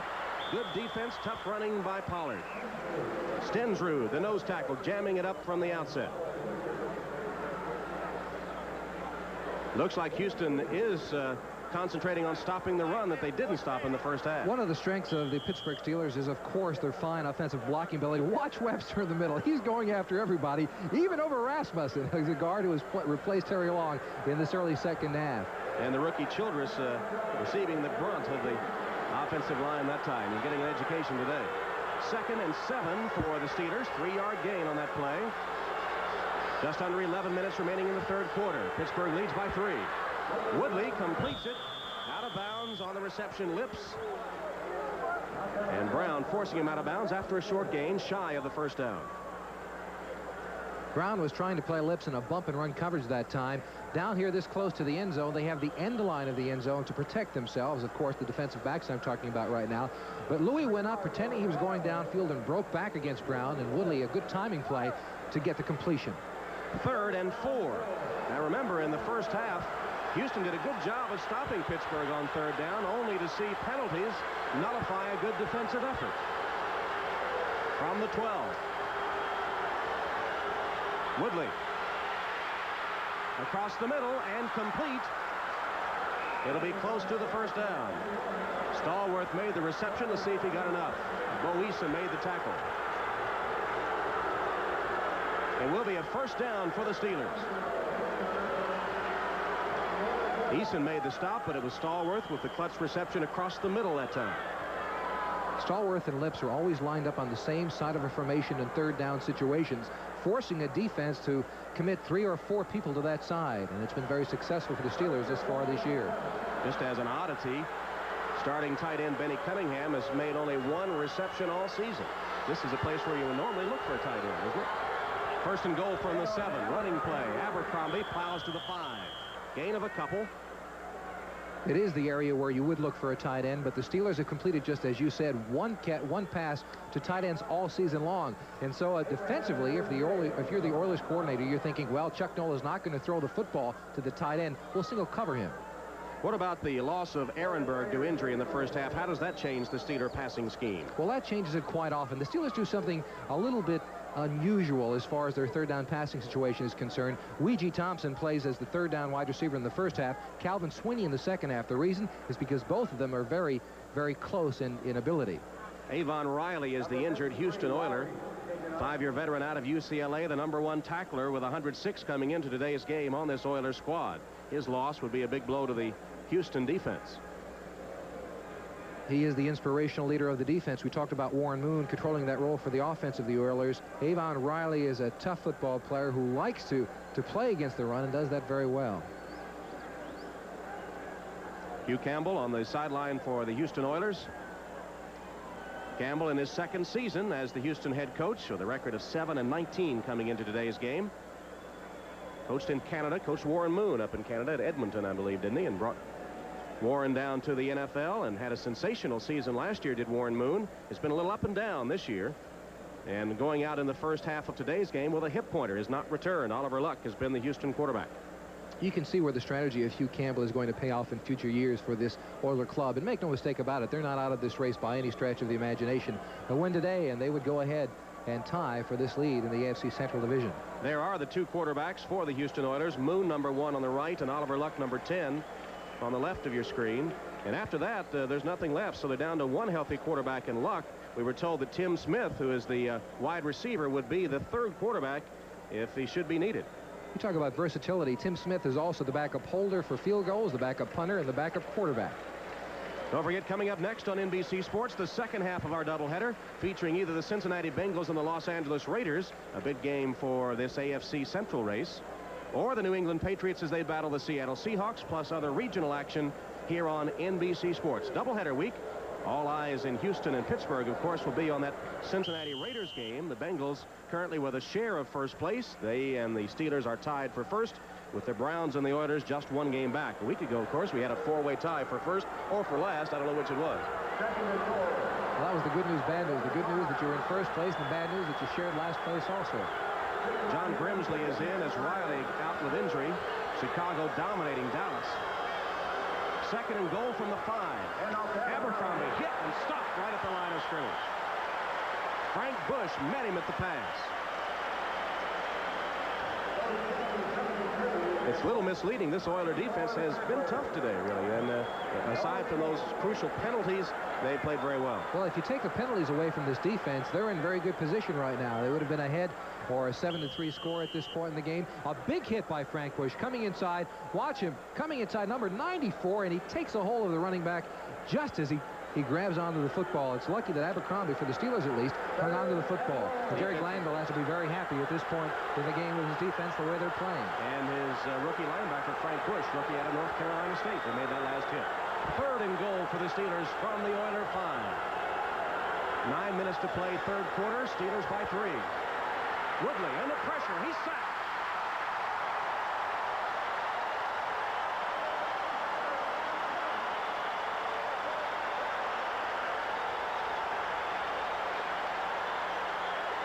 Rod Cush, number 37 on the safety blitz, takes Woodley down for a loss in the play, brings up 4th and 15. Now, they said 7 people on this particular play, and Cush gets him from the backside. It looked like, who is that, number 72? Who is that offensive lineman for the Houston Oilers? He had trouble, at least whoever it was, getting in touch and holding on to protect. I'm sorry, defensive player, of course, it's Soche. Anderson's field goal is up. And it's good. He still has never missed in the Astrodome, and he gives Pittsburgh a 13-7 lead.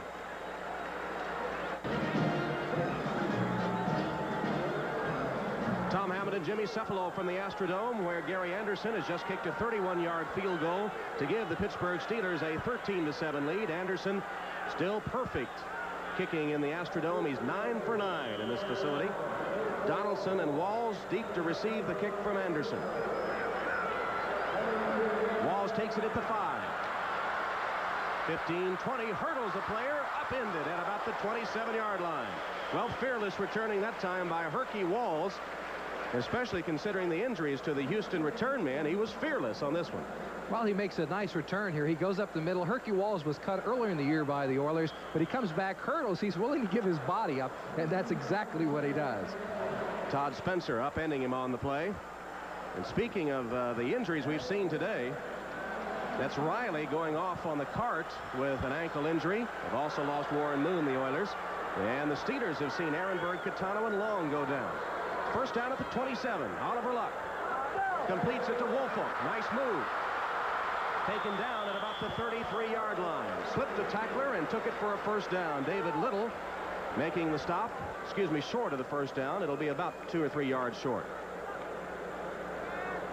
Well, Oliver Luck, does he have more confidence now after directing that scoring drive to begin this third quarter? I think so, and if they're going to be successful today, they're going to have to try to throw the ball downfield. As we said earlier, their wide receivers have not become involved in the offense thus far for the Oilers. Second down, 4 yards to go for the Houston Oilers. They trail 13-7. Just under 8 minutes to play third quarter. The snap took Luck by surprise. He is able to get a hand on it. Then it's loose, and the Steelers think they have it. The Steelers do have it. The Steelers recover the fumble, and that is another crucial mistake for the Oilers. Robin Cole is able to pounce on the ball as Jim Romano, the center, and Oliver Luck, the quarterback, mishandle the snap. See if you can figure out what happened, Jimmy. It's hard to imagine why he snapped the ball early. Maybe he was off on the count. You go in the huddle and you say the count is on 1 or it's on 2. The center is the most important person to know what the snap is on. It looked like in that particular case, number 55, Jim Romano, snapped the ball too early. and Oliver Luck was not prepared to handle it. Took Luck completely by surprise, and the Steelers have it at the Oilers' 34-yard line. First down. The Oilers capitalized on a Steeler fumble earlier this quarter. Let's see if Pittsburgh can return the favor. Woodley perhaps checking off.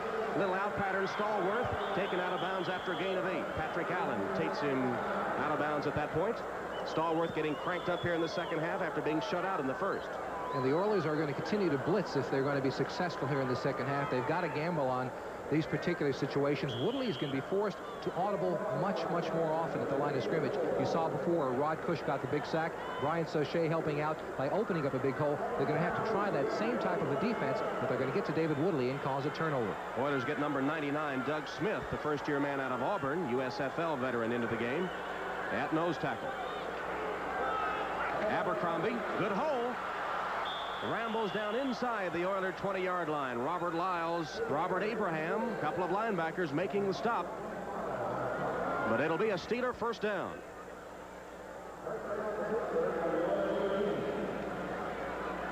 The Bears completely dominating the Cowboys. Halftime 24-0. Danny White had a mild concussion, injured in that game.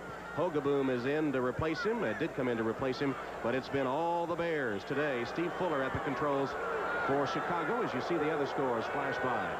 First down at the 18 for the Pittsburgh Steelers. Abercrombie. Good hole. Down to the 6-yard line. Eason made the saving tackle. They opened up a good hole for Abercrombie that time, and he rambled right through it. Another big gainer for the Steelers. Randy Rasmussen behind opening a big hole. He's replacing Terry Long, who went out with a knee injury earlier on, but Rasmussen playing well and opening up a big hole for the Pittsburgh Steelers offensive line. Mark the ball at the 7, give the Steelers first and goal from that point. Steelers bidding to break the game wide open here after recovering the Houston fumble. Currently have a 13-7 lead, 6.5 minutes to play third quarter.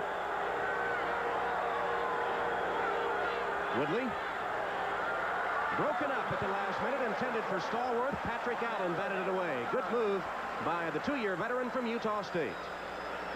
Patrick Allen played that play very well. Stallworth has run that pattern several times and been very successful with it. But here, once again, Allen has the end line of the end zone to help him. He doesn't have to worry about Stallworth going deep. He can afford to play tighter defense and gets there at the same time as the football does. Nice play by Allen. Weegee Thompson into the game for the Steelers, replacing Lips. Second and goal from the 7. Abercrombie, the lone setback. They put Pollard on a wing left.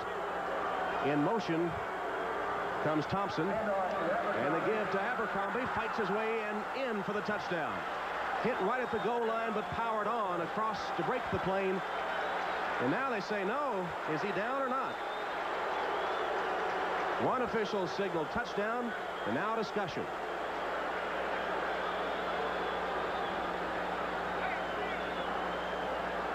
And I think they are going to say he was down at about the 1-foot line. Well, I thought he was down initially, and then one of the officials signaled touchdown. It seemed like he bounced across for a minute there. One official said touchdown, the other said not. Here you see the offensive line working. Ray Penny coming in, number 65, with a nice block. Let's see if Abercrombie gets over. He hits with his shoulder down, and it's a good call by the official. He was down prior to the end zone. Correct call, no touchdown, as he perhaps slid across the goal line, but he was down right where they mark it, just a foot or maybe less than that away from the end zone. Chuck Noll didn't like the call, of course, but he's still in good shape. Third and goal from the 1-foot line. There you see how close the ball is to the end zone line. Well, let's see if Houston can pull out another crucial third down stop here. Big play. Tight formation for the Steelers. Woodley. He got in. Touchdown. Still scrambling around for the football, but play is dead once he breaks the plane on the goal line, and they say that Woodley was able to get across that mass of bodies and into the end zone. A little bit of a dangerous play. Woodley extended the ball across the goal line. The risk of that, of course, the ball getting slapped away before it extends over the goal line. You see him fighting for extra yards. Watch him pull the ball up and try to get it over. Don't do that, David, because somebody like number 24, Steve Brown, is going to slap it away. Lucky for the Steelers, it had broken the plane already. First TD is a Pittsburgh Steeler, David Woodley. Anderson tries to tack on the extra point. It is up and good. So Anderson keeps his string of point after touchdown alive. He's made 107, and the Pittsburgh lead goes to 27. Now 20-7, the Oilers had scored a touchdown. They had made Pittsburgh settle for a field goal on the drive before that. Then the fumble has really changed the game. Pittsburgh takes it in for a touchdown. Now what does Houston do? Houston's got to get more gamble into their offense. They're going to have to try to get the receivers involved in it. Their wide receivers have not caught a pass all day long. If they're going to be successful, Oliver Luck has got to try to complete more balls to the wide receivers. All right, we'll see if they do open up the offense. Walls takes the kickoff deep in the end zone and will not bring it out. So Oliver Luck will come on the field to direct the offense from his own 20-yard line, and now facing a 20-7 deficit. Luck getting some final words of instruction. Pressed into service with the hip pointer suffered by Warren Moon early in the game. That last drive by Pittsburgh after the Houston fumble. 6 plays covered 34 yards, 2 minutes, 6 seconds. Woodley takes it over from the 1. Oliver Luck, 4-year veteran from West Virginia, had thrown only 7 passes coming into today's game. But Warren Moon's injury has put the responsibility on Oliver Luck, and we'll see if he can get something opened up in the offense here. Completes the pass to Moriarty, who takes it out after a gain of about 6 yards on the play. Mark it at the 26, and again, they complete the pass, but to the running backs out of the backfield. Brian Hinkle, the linebacker, makes the stop on the play. Let's pause now briefly for station identification. This is the NBC Television Network. You're watching Channel 11, WPXI-TV, Pittsburgh. From the Astrodome in Houston, Texas, Tom Hammond and Jimmy Cephalo. The Pittsburgh Steelers recovering a Houston fumble and breaking the game open somewhat now with a 27 lead. 5.5 minutes to play in the third quarter. Luck goes deep, and it's knocked away at the last minute. Intended for Tim Smith, but double coverage by the Steelers, and Rick Woods able to bat the ball away. Well, that's the general idea. In fact, I think that might be the first time that Oliver Luck has looked for Tim Smith all day long.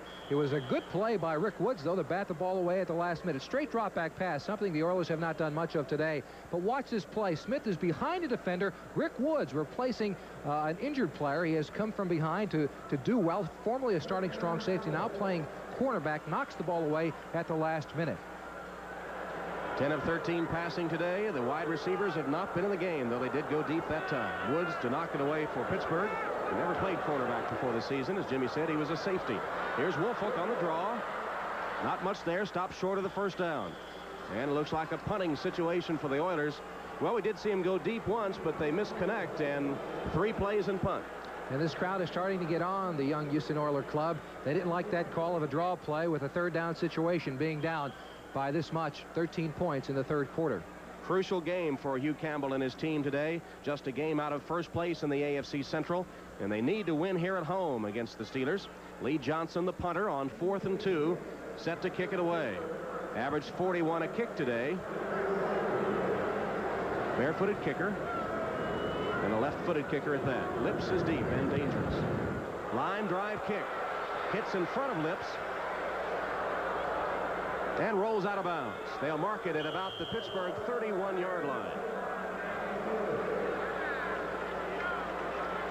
So Pittsburgh takes the ball over again after a 41-yard punt. We'll be back to Houston in a moment. This has been a typical Pittsburgh-Houston game, which is to say a lot of x-rays have been studied during the course of the afternoon. The x-rays over on the Houston sideline of Avon Riley's ankle, one of the several players to go out of the game with injuries today. 1st and 10 for the Steelers from their own 31. Abercrombie, good running room, out close to the 40-yard line, and a gain of about 9 yards on the play. Robert Abraham makes the stop, one of the inside linebackers. Avon Riley, one of the starting inside linebackers for the Oilers, out with injury with John Grimsley replacing him. And this is where the Steelers are very dangerous. When they have a lead getting late in the third quarter of a football game, they want to control the ball with their running attack. A week ago, they controlled the ball for 40 minutes against the Chiefs, and today they're going to try to duplicate that feat here in the third quarter and again through the fourth by ball control offense. Steelers had a classic drive at the end of the second quarter for a touchdown. Took about 10 minutes on the clock. Here they have a 2nd and 2 from the 39. Blitz coming from Houston. Woodley, plenty of time as they pick up the blitz. Pass, though, falls incomplete, and a flag down on the coverage. Patrick Allen was right with Stallworth, and the flag goes down.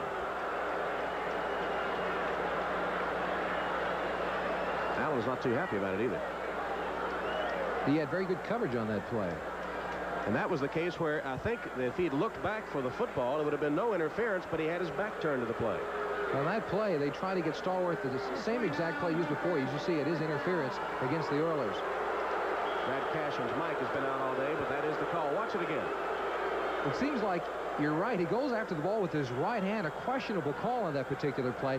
The Steelers try to go to that same quick out they've been running to Stallworth all day long. They faked the out, and then Stallworth went up the field. Allen had good coverage, good position on the ball, but got flagged for the penalty. Woodley on first down, 3:44 to go, third quarter. Abercrombie takes it down to the 35-yard line to keep the drive alive. Let's go to Ahmad Rashad, NFL 85. The Miami Dolphins on the comeback after the Colts had taken an early lead. Here at the Astrodome, you see the score. Pittsburgh 20-7 over the Oilers. They have the ball 2nd and 8 from the Houston 36-yard line. Woodley complete to Stallworth for the first down. Stallworth had to come back and get it, but he did come back to the ball, as all good receivers do, and picked up the first down yardage. It's a good play by Woodley going back to Stallworth right away against Allen after that interference call. Allen's confidence has to be a little shaken. He did have good coverage the last time. Now watch this. Stallworth pretends like he's going up the field. I'm going to go score a touchdown. Allen turns upfield, and Stallworth comes back and makes the reception. Returning to those x-rays we saw a few moments ago on the Houston sideline, Avon Riley's ankle. The x-ray's negative. Just a bad sprain, but he'll not be back today. First down for the Steelers from the Houston 25-yard line. Lips in motion. Give on the running play. Abercrombie hit right at the line of scrimmage. Pounds forward for a couple of yards with a flag down. Frank Bush made the stop. Officials will sort out the penalty now. It's going to be a holding call against the Steelers. Chuck Noll can't believe it. Now, this particular play, the Steelers sent Louis Lips in motion to the other side. Now, this is a play where the Oilers finally got a break on it. You see the holding play inside, probably by a running back. It seemed to be number 47 on that particular play, and that happens to be Steve Morris, the rookie free agent who made this club by beating out 3 veteran football players to make the team.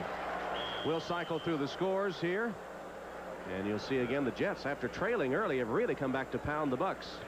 Cleveland trying to stay in this AFC Central race. Steelers penalized 3 times for 25 yards today. It's been the Oilers that the penalties have really hurt. 1st and 20 now from the 35. Woodley on the handoff. Abercrombie comes up to the 30-yard line, and another flag goes down.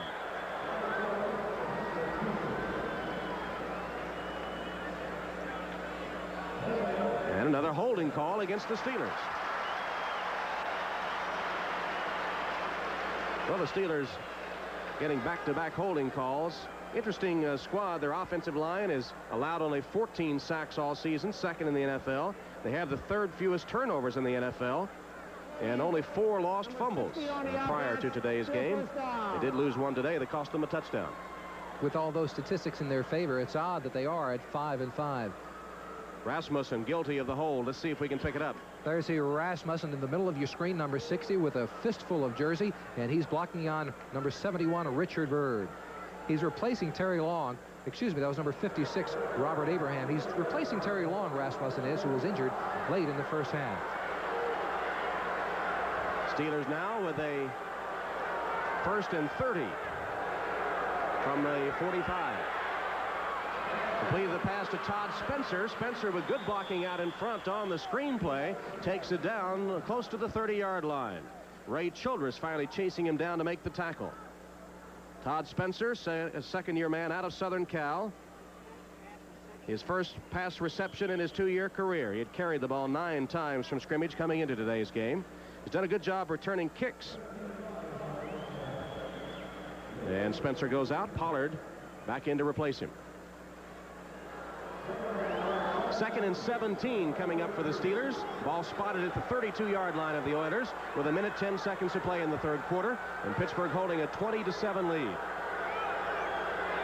A win by the Steelers would assure them of no worse than a tie in the AFC Central. Abercrombie across the middle. Flags fly again. And a fight breaking out on the field. Oilers think they have a fumble recovery, and Bo Eason is strenuously arguing his case. Red Cashin will sort it all out. Eason still continues to lobby. Eason was talking to the line judge, Dan Wolford. Now he's going to try. He's going to try Ben Tompkins, the back judge. He's going to try everybody, but he's going to lose the argument. I guarantee you that.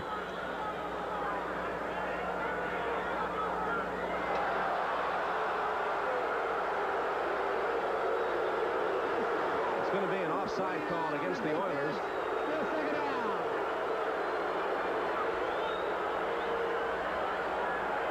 And they'll step off 5 yards. Watch at the top of your screen. You'll see the offside play. He's lined up offside. See him in your left part of your screen, down the bottom of your screen. That's exactly who it is. The flag comes in, and he's offside. So there's no question about it. It was number 79, Ray Childress. Houston penalized 9 times for 55 yards today, and they've come at the worst possible times. 2nd and 12 now for the Steelers. Mark it at the 27. Woodley on the out pattern. Stallworth. They just gave him too much room. He got a gain just about 2 yards shy of the first down, so set back with the 2 holding penalties. They've patiently fought back up and now in position to perhaps pick up that first down. Chuck Noll on the sideline for the Steelers. Lorenzo Hampton with a 1-yard run on that last score for the Miami Dolphins, who have taken a 27-13 lead over the Indianapolis Colts at the Hoosier Dome.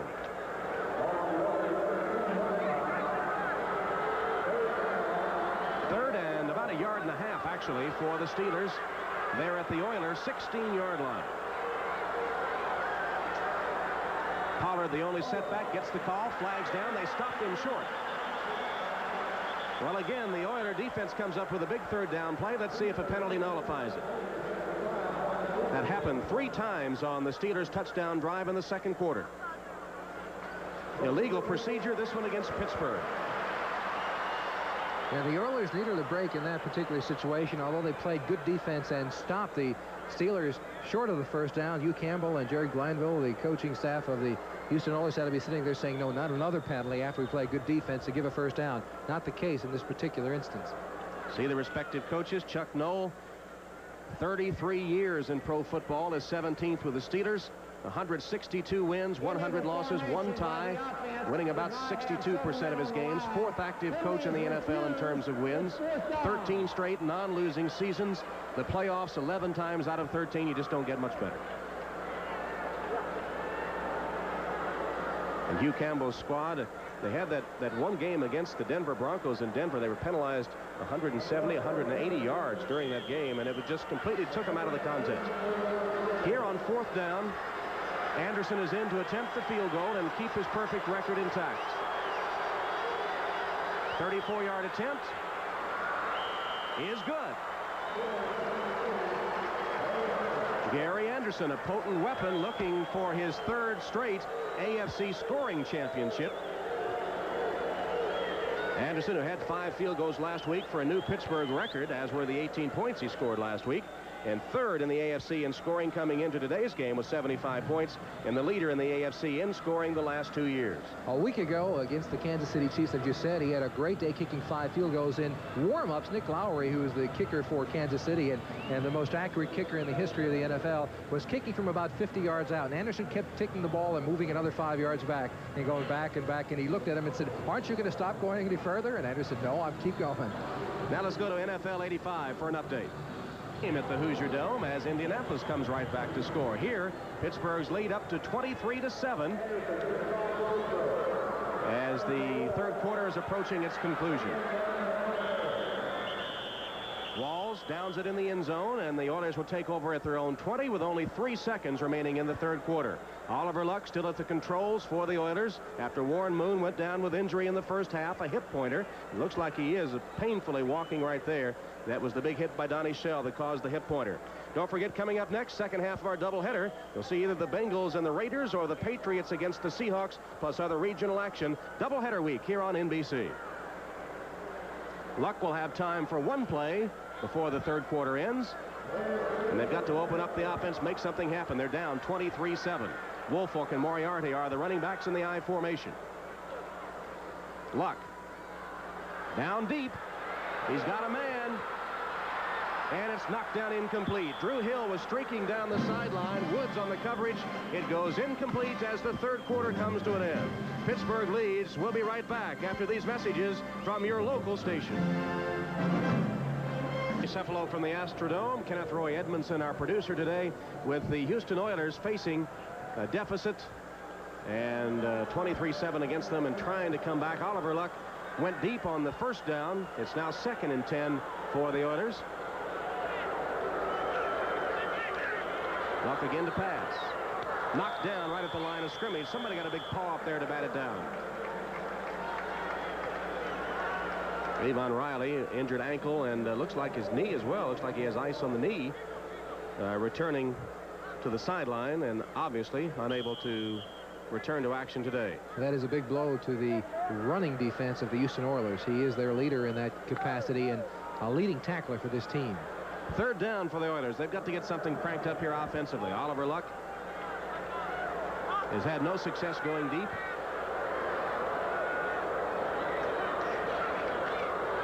See if he tries it again. In trouble and sacked down at the 10-yard line. Well, Pittsburgh has not gotten many sacks this year. They're a good defensive team, the leading defensive team in the AFC. But that time they collapse on Luck and take him down for a loss on the play, with John Goodman, the defensive end, getting credit for the sack. Well, the Oilers have to continue trying to open up that offense, though. They're down here in the 4th quarter. If they're going to do anything, they're going to have to complete those passes to the wide receivers, as we said earlier. He was trying to go to Drew Hill on that play, but was sacked in the process. 3rd sack of the afternoon for the Steelers. Lee Johnson, the punter, standing in his own end zone. Averaged 40.5, and Lewis Lips deep for the Steelers. And we pointed out earlier, Lips, the #1 punt returner in the National Football League, and held relatively in check today. Here's Johnson's kick. It drives Lips back to the 35-yard line. Nice play. Good tackle in the open field made there by the Houston Oilers' Tom Breel. Breel got down. Lips tried to put a move on him. Breel, the rookie, didn't go for it and made the tackle. 55-yard punt, only a 4-yard return. Steelers lead. Of covering Lips today on the punt returns. Well, Johnson now kicks his coverage. It goes about 55 yards, but on the coverage for them, Breel makes a fine open field tackle. Anytime you can tackle Lewis Lips that way in the open field, you've had quite a day. Tom Breel, rookie from Stanford, on special teams coverage. The special teams have been a little different in the NFL this year with a 45-man roster limit. You've seen a lot of veterans, a lot of frontline players on special teams. And because of that, you've seen a lot of injuries to frontline players who've been injured on the specialty teams. Now, Jimmy, could we expect Pittsburgh behind that big offensive line to just grind it out with a 23-7 lead and work on the clock? I think they're going to run the ball all day long and control as much of it as they possibly can. And that's what they do there. They go to Pollard. He gets a yard or two. Jesse Baker makes the stop. In the 2nd and 3rd quarters, the Steelers had the ball 24 out of a possible 30 minutes. That is classic ball control. As you see the stats coming up, only 38 yards passing today for the Houston Oilers, with #1 quarterback Warren Moon knocked to the sideline by injury. And the important statistic there, again, the time of possession. The Steelers nearly doubling the time of possession over the Houston Oilers. 2nd down, 9 yards to go. That was a 1-yard gain for Pollard. Woodley puts it up. Fluttering ball, flags down, intended for Stallworth. And we're going to have a holding call against the Oilers. Patrick Allen, Stallworth has been working on him all day, and Allen has had a tough time. Holding, number 29 on the defense. I think Allen is getting a little bit frustrated. As you said, Stallworth has been working on him all day long. That quick out has been open quite often. And then they've gone downfield trying to take advantage of Allen's aggressiveness on those plays. He's done fairly well. However, now he's trying to get a little bit of Stallworth jersey, and that's the 2nd time he's been flagged this afternoon. That pass was almost uncatchable. It sailed over Stallworth's head.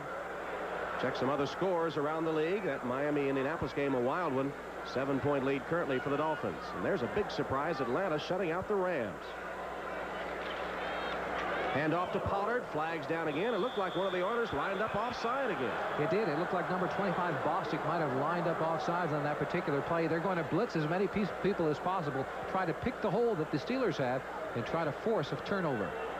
will be offside against Houston. Now, that's the sort of fundamental mistake that you ought not be making in the 11th game of the season, is it? No, you shouldn't, but once again, they're a very young defensive football team. A lot of talent on the club, but Bostic seemed to be a little bit eager and over the line as he was faking the blitz and then going on the blitz, but got called for being a little bit too eager on that play. It was obvious that he had lined up in the neutral zone. There's the penalty situation, 65 yards against the Oilers.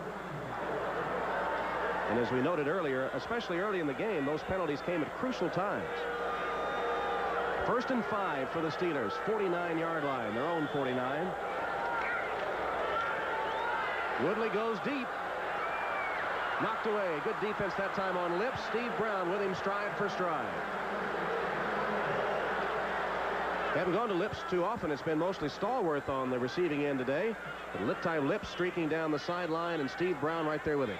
Besides that 160-yard pass that Lewis Lips caught and got behind Brown for, in this particular play, he's in much better position, stays with him stride for stride, and Louis Lips really plays the defensive player on that play, reaches around and stops the interception by knocking the ball away. Looking from this angle, there you see Lips looking in. He knows he can't catch the football, so he knocks it away from Brown. Brown was the AFC Defensive Player of the Week after the Oilers' opening game win over Miami here. Draw play, Abercrombie. Good running room at the 40, dragged down from behind by Bo Eason. They went to the draw and they pick up the first down. There's Eason, who made the saving tackle, catching Abercrombie from behind. 12th, or a second leading tackler on this Houston Oiler team. Free safety, the second leading tackler, at 84 coming into today's contest. And he's made quite a few big plays for the Oilers secondary this year. He's a tough player. They think he'll be a future All-Pro here in Houston. Steve Morse into the game at running back for the Steelers, replacing Abercrombie. Two setbacks in the backfield, wide receiver to either side. Woodley hands off to Pollard. Not much there for him. Eason makes another tackle with help from the linebacker Frank Bush. Clock ticking down toward the 12-minute mark, and the Steelers holding a 23-7 lead. Looked like the Oilers would have things cranked up here to begin the second half. They recovered a Steeler fumble, took it in for a touchdown, and they were within 10-7. But then the Steelers got a field goal, 13-7. Then they recovered a Houston fumble, took it in for a touchdown, and that put it up 20-7. And since then, it's just been catch-up football for the Oilers, and they've not been very good at it. Woodley retreats, pressure, scrambles away, up for grabs, and intercepted in the end zone. Brown makes the interception as Woodley just lofted it up for grabs. Richard Byrd was breathing down his neck, and Woodley threw it up, and Brown takes it in the end zone for a touchback. They'll bring it out to the 20. And that's a little bit of a surprise in that the Steelers would try to something like that, a play of this type of magnitude. Here's Lips going downfield. They give him a lot of room. Brown gives him a lot of room on this play, and he's open for a second. Woodley's fighting for his life, but gets hit as he throws the football, puts it up for grabs, and Brown makes a nice play in the corner of the end zone. Both neighbors. And Jimmy Cephalo in the Astrodome in Houston. The Steelers leading 23-7. 11.5 minutes to play in the football game. Luck's pass intended for Woolfolk behind him. He can't get it. It falls incomplete.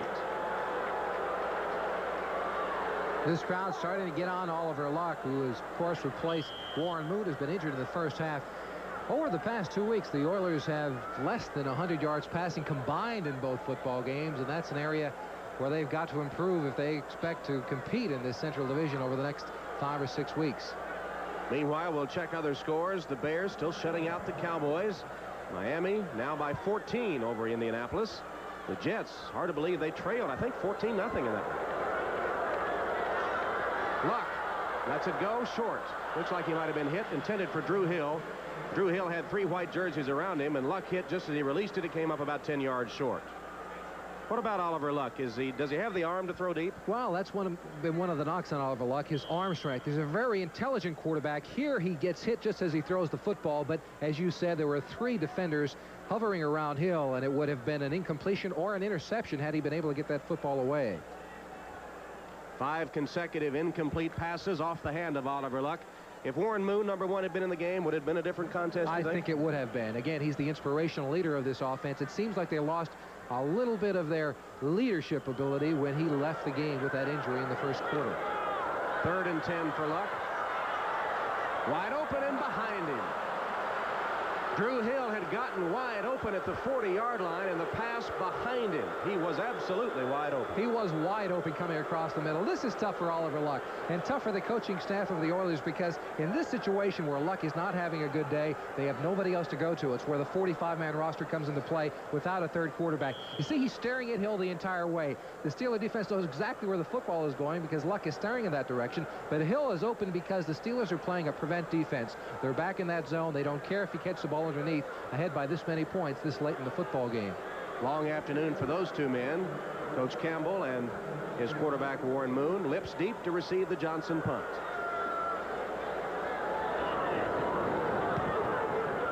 Good high spiraling kick. Lips at the 30. Stumbles, lost his footage, and again good coverage on Lewis Lips. He'll see that league leading average on the punt returns go down today. Bush downfield to make the stop, and a flag on the play. 50-yard punt, only a 3-yard return. It'll be a penalty against Houston. Let's see what Pittsburgh does. Number 94 of the kickers, illegally downfield. Penalty is declined. Bush was illegally downfield. He's the man that made the tackle, wasn't he? He was. A nice open field tackle, by the way. All right, we'll take a break. Pittsburgh leads Houston 23-7, 11 minutes to play. It's been a tough second half for Oliver Luck and his Oilers. They recovered the Pittsburgh fumble, took it in for a touchdown. Looked like they might have the momentum going, but ever since then it's been nothing going offensively for them at all. Well, when they got the ball back after that particular instance, they fumbled the football at bat snap between the center Romano and Oliver Luck, and then on the next 3 possessions they were 3 and out. So that's been the problem. They've got to try to get a little bit more confidence in Oliver Luck, let him complete a couple of passes, and then go down the field, because if not, this game is going to be over very quickly. Pollard fighting his way for yardage, taken down by Bo Eason. He gets up to about the 40-yard line. Tom Breel with an assist on the play for the Oilers. Inside the 11-minute mark in the fourth quarter from the Astrodome.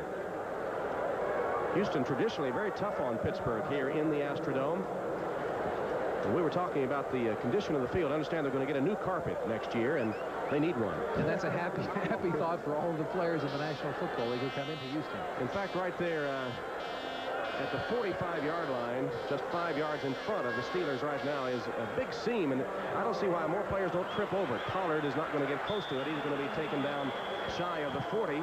Keith Bostic came up from the strong safety. Lyles, the outside linebacker, helping out on the play, and they take him down for a loss of yardage. One thing that has to keep the Oilers staff happy about this club is the fact that they have not given up, and they never do. I saw them a week ago against the Buffalo Bills, and still in the fourth quarter, they were coming after people. There you saw Bostic making a big play upfield. They're an aggressive team, and their philosophy of Glanville is to go upfield and make some plays happen, and they're not giving up today. And, of course, handicapped from the start, Warren Moon on a scramble of 17 yards down the sideline. Knocked out of bounds by Donnie Shell, suffering a hip pointer, leaving the game. And it's been Oliver Luck's game from that point on. There's the blitz. They take Woodley down. He gets the pass away, incomplete. Coming on the blitz was Eason, and Stensrud also got in there to put pressure on Woodley. And the pass falls incomplete. Bo Eason went untouched. Watch him coming up right up the middle, right past Mike Webster, who's been occupied by a defensive lineman. And Eason takes a hold of Woodley and forces him to throw the ball a little quicker than he wanted to. The Major League Baseball All-Star Game, as you look at the Oilers defensive coaches again, Major League Baseball All-Star Game set for the Astrodome next year. That's the reason they're going to get the new carpet. But I'm sure the NFL players will especially appreciate it. They're the ones that have to fall on it. And it's pretty rock solid right now. Here's the punt. Fourth down punt for the Steelers. Donaldson deep. Takes it at about his own 15. Fights his way to the 20 and the 25. Got outside for a moment. And then stopped at about the 26-yard line. Greg Wolfley making the tackle for the Pittsburgh Steelers off Newsom's punt. It covered 47 yards. Donaldson had an 11-yard return. All right, what do you do if you're Oliver Luck coming in this situation? I think he's got to try to get a couple of first downs. Yes, they have to go downfield, try to make the big play, but he hasn't completed a pass his last 6 attempts. He's got to make a couple of completions early on in this drive, try to put together a couple of first downs, and then the big plays will happen for him. There's Warren Moon, 29 years old tomorrow. And the hope of the future for this Houston franchise.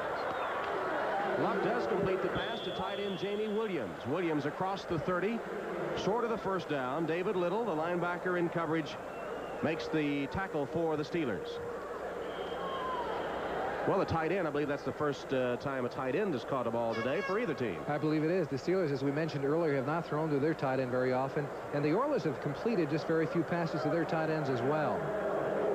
Second down, 3 yards to go for a first down from the 32-yard line of Houston. Steelers leading 23-7. Luck completes it to tight end Williams again, and he's taken down, I think, about a foot short of the first down.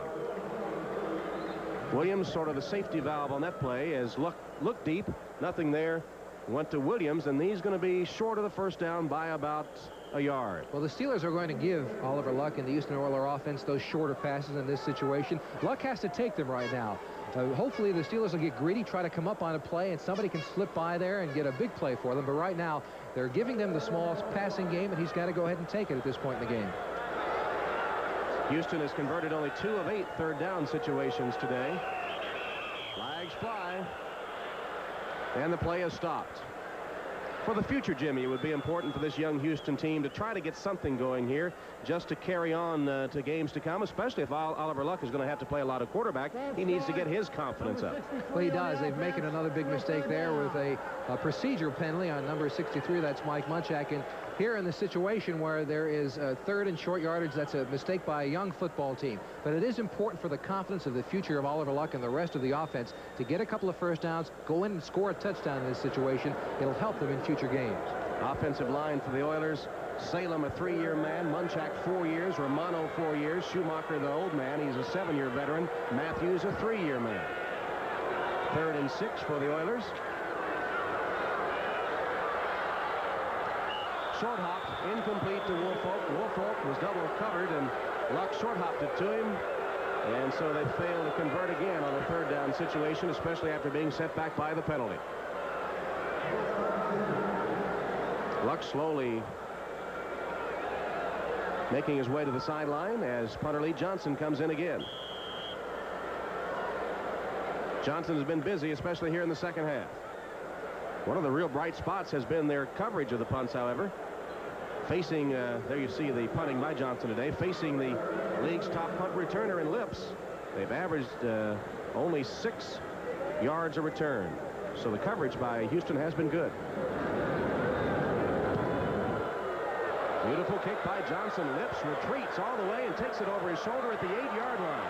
Comes back forward with it and is tackled short of the 20 as a flag goes down. Audrey McMillan, Tom Breel, good kick coverage for the Oilers. A lot of times when the punter kicks it that far, he'll outkick the coverage. They'll get a good return, but their punt coverage has been outstanding today. That's been one of the strengths of the Oilers team thus far this year. Their kicking game has been very strong. Number 99 of the kickers, first down at 10. Penalty, as you saw, going against the Steelers. That was a 61-yard punt. And Lips gets only 9 yards on the return. Takes it over his shoulder. A nice catch. Look at the athletic ability of Lewis Lips, taking the ball over his shoulder and heading upfield. Now you'll see the penalty coming in. There's number 99 on the left side of your screen, Darrell Sims, blocking from the back against 94 Bush, and that's where the flag came into play. Chuck Noll on the sideline. This telecast presented by authority of the National Football League, intended for the private use of our audience. Any rebroadcast or other use of this telecast without the express written consent of the Houston Oilers and the National Football League is prohibited. Steelers set back to their own 8-yard line. They'll try to run it out from there. Abercrombie gets the call. He's stacked up. Doug Smith, the rookie, or not a rookie, but a first-year man. He played in the USFL. In fact, was all USFL with Birmingham, making the stop for the Oilers.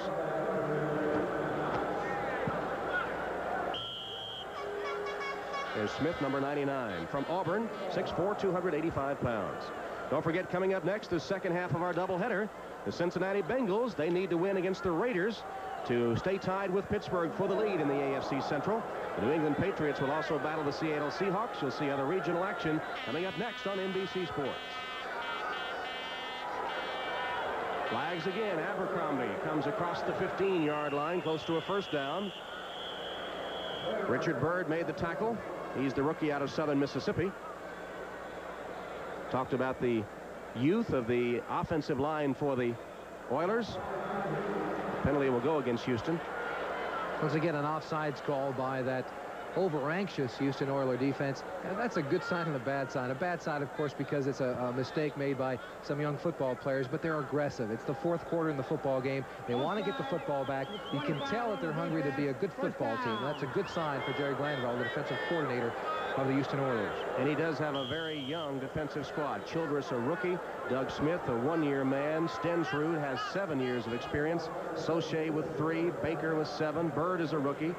The starting linebackers, Bush a rookie, Abraham 4 years, Riley 5 years, Lyles 2. In the secondary, their starters, Brown has 3 years, Bostic 3, Eason 2, and Allen 2. So they're a very young defensive football team. And the defense really has played much better than the Houston offense today. Pollard, not much there. He's stacked up right about the line of scrimmage, perhaps got a yard or so. Frank Bush and Richard Byrd, a pair of rookies, combining for the tackle. Clock ticking down towards 7 minutes, and Pittsburgh holding a 23-7 lead. They have a second down situation coming up here.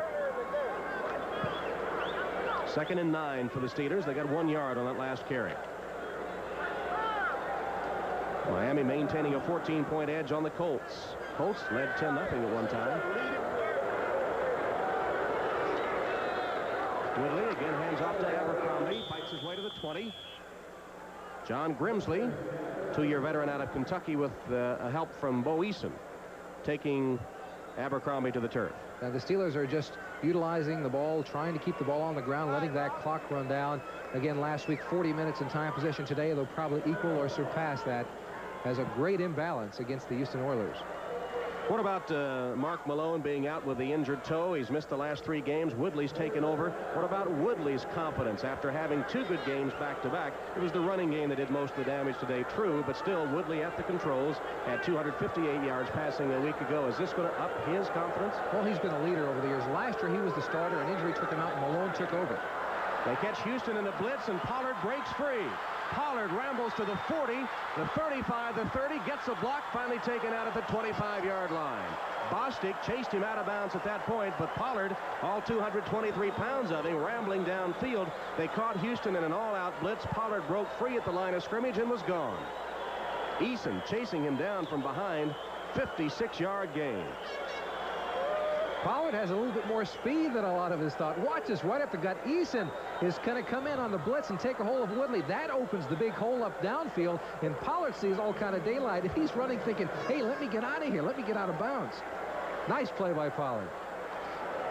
Well, Pollard over 100 yards today, 23 rushes for 123 yards. He had 83, which was his previous season high in the first game against Houston.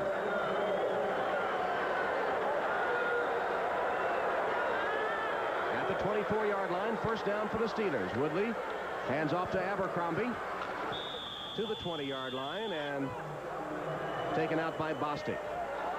Richard Johnson also in at a defensive back, getting an assist on the play. Getting back to the Woodley situation, he has shown that he's quite a leader this year on the field for them. A year ago, he was the starting quarterback. When he was injured, Malone took over, and Woodley was unable to replace him. That's Bostic you see lying on the ground with the injury. And this year, the opposite occurred. Malone took it, and then Woodley had to take over after the injury and has done extremely well in the past 3 football games.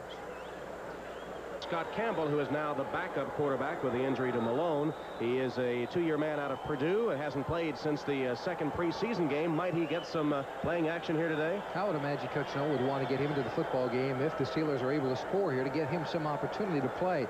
With Woodley being the healthy quarterback in front of him, an injury to Woodley would force Campbell into play, and some playing time here with the game at this point might be helpful in the future for him. Bostic was the man injured on the play, being taken to the sideline now. One of the newspapers in Pittsburgh, I think, ran a poll about who should be starting when Malone went out, and I think the poll showed that the fans preferred Campbell.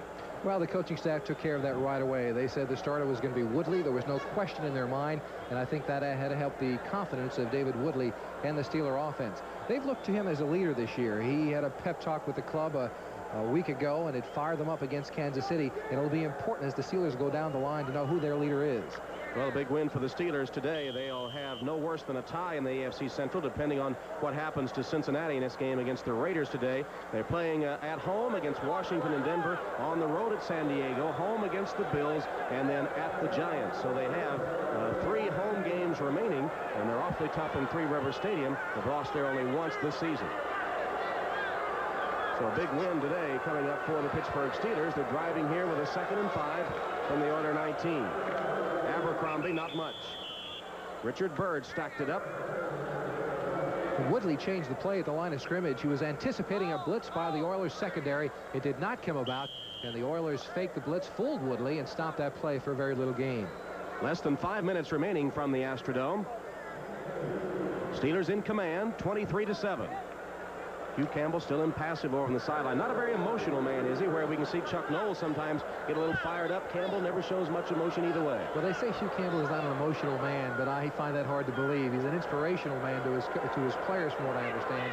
And he may not yell out here, but I imagine in meetings on Monday and Tuesday morning, you'll hear him once in a while. Woodley completes the pass. It goes complete to Preston Gothard, who makes a good catch right off the carpet. And that happens to be Gothard's first catch of the year, just the 2nd pass completed to a Steeler tight end all season long. Benny Cunningham had caught one earlier in the season. Now Gothard gets his first reception. He's a rookie out of Alabama. Woodley straight drop back pass. They're 3-step drop. They know they want to get the ball rid of it as quickly as possible because of the blitz that's going to be coming by the Oilers. A nice catch by Gothard. And number 24, Brown, on the tackle. First catch of the career for Preston Gothard, 6'4", 235-pound backup tight end. First and goal for the Pittsburgh Steelers from the Oiler 9. Abercrombie straight ahead to the 5. Childress hangs on to make the stop. John Grimsley got a piece of it as well. Childress, the rookie out of Texas A&M, 3rd leading tackler on the squad. First-round draft choice. Abercrombie and Pollard, as expected, have been the workhorses today. Rich Ehrenberg, remember, went down with an injury in the first half. A lot of injuries today. Elon Riley on the Houston sideline. On the sweep, Abercrombie, touchdown. Well, the Baylor veteran bounces the ball into the stands on the spike after he gets the touchdown. Abercrombie followed a nice block by Craig Wolfe to get into the end zone. That Steeler offensive line has received not enough credit in my estimation all year long. They've provided great protection, again giving up only 14 sacks and leading a rushing game, which has been the trademark of the Steelers throughout their history. They have been superb today. Rocky Blyer and Franco Harris were the last two to do it.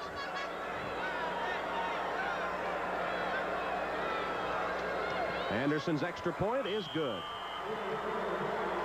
So the Steelers have upped their lead in the former Baylor Bear. Walter Abercrombie gets a touchdown, I'm sure in front of many of the former Bear fans. Baylor having a good season. Here you see the block. Watch number 73 coming straight at you. A nice block. He gets Craig Wolfe makes the nice block in that particular play, springing Abercrombie for the touchdown. A spike off the turf. We told you the AstroTurf was hard. It went all the way up into the stands. It bounced into the 5th row of the Astrodome. Well, congratulations are in order over on the Steelers sideline. It's been a good game for them today. Houston stayed close for a while, but the critical mistakes, the biggest one, I suppose, the fumble here in the second half, enabled Pittsburgh to break it open, and it's been all Steelers since that time. And, of course, remember, the Oilers having to play without their #1 quarterback since early in the first half. It's been Oliver Luck's duty to take over in place of the injured Warren Moon. Some Steeler fans here in Houston today.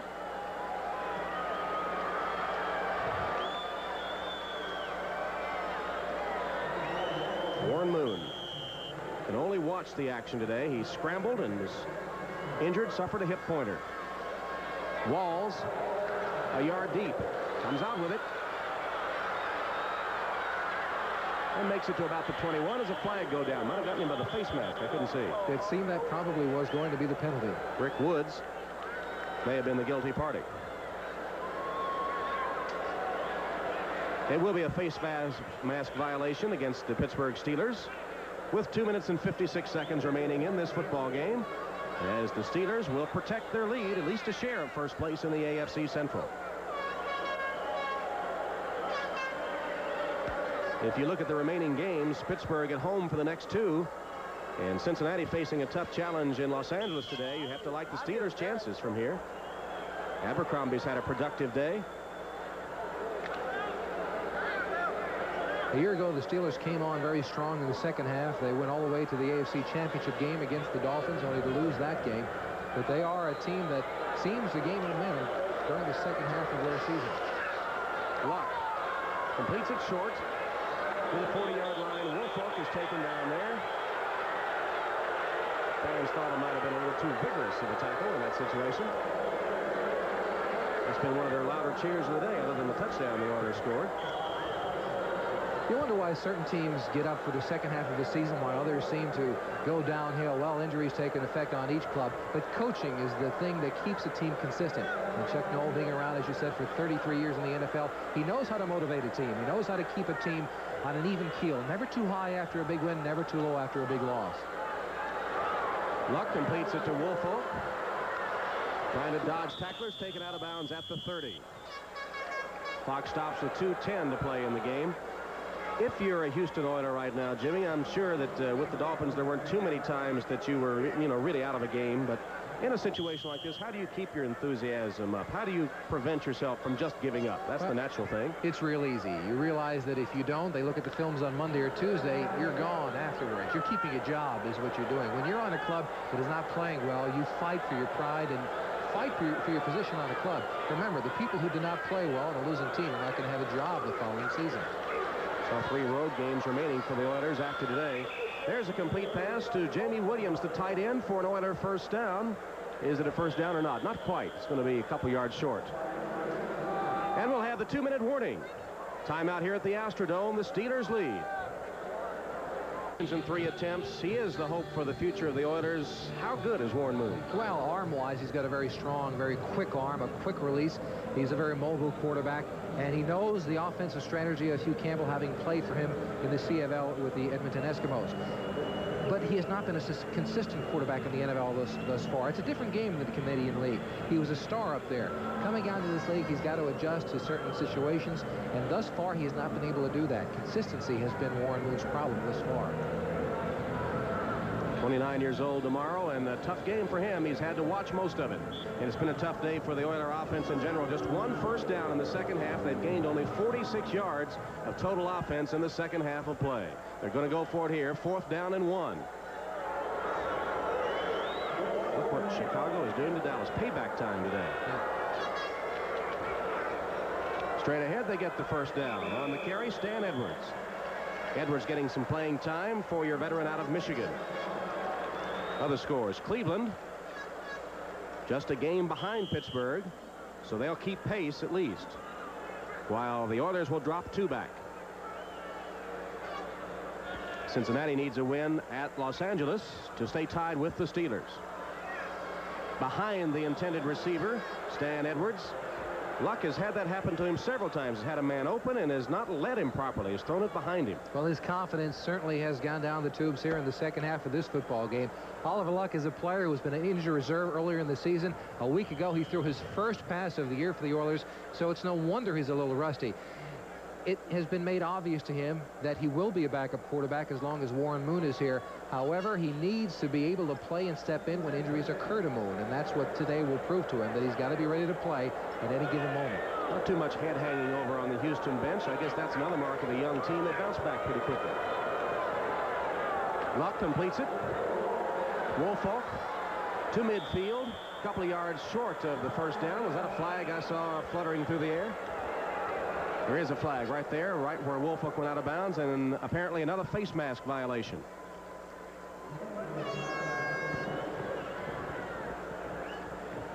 Face mask against the Steelers. That'll move the ball into Pittsburgh territory. There are the standings we've been referring to. The divisional area is very important as far as tiebreakers are concerned at the end of the year. The first tiebreaker being head-to-head competition. The Steelers today is their last interdivisional game of the season. They'll finish with a 3-3 record, and that is important as they go down the stretch. However, if they tie with Cincinnati, and it does go to that second tiebreaker, Cincinnati is 3-1 and has an opportunity to best them in that area. Cincinnati Bengals playing at the Los Angeles Raiders. Many of you will see that game in the second half of our doubleheader today, coming up in just a few moments. Here's an interception picked off by Pittsburgh.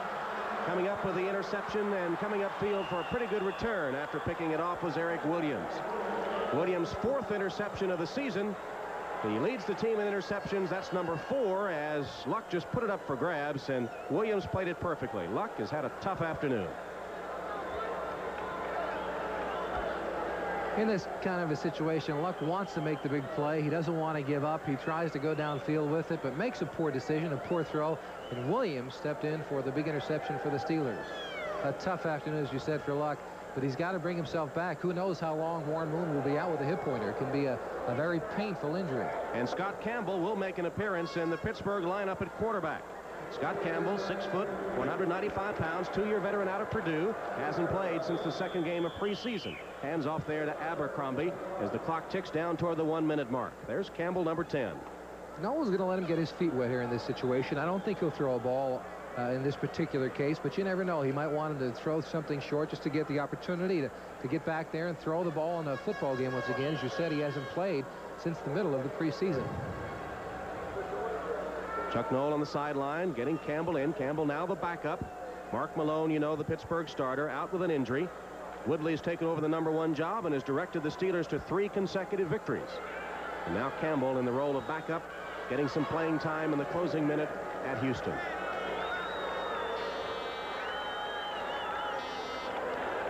Abercrombie still got his big running backs in there, Abercrombie and Pollard. The question arises, what will happen when Malone is healthy once again? Woodley has gone to 3 plays, a little bit of an argument going on in the middle of the field. That's number 73, Wolfie, saying, well, I didn't really want to go home that early anyway. He and Doug Smith are about to get into it as the clock ticks down, and that'll be the end of the game. So the Pittsburgh Steelers dominate the second half of play and win it going away over the Houston Oilers. The Steelers will maintain at least a share of first place in the AFC Central.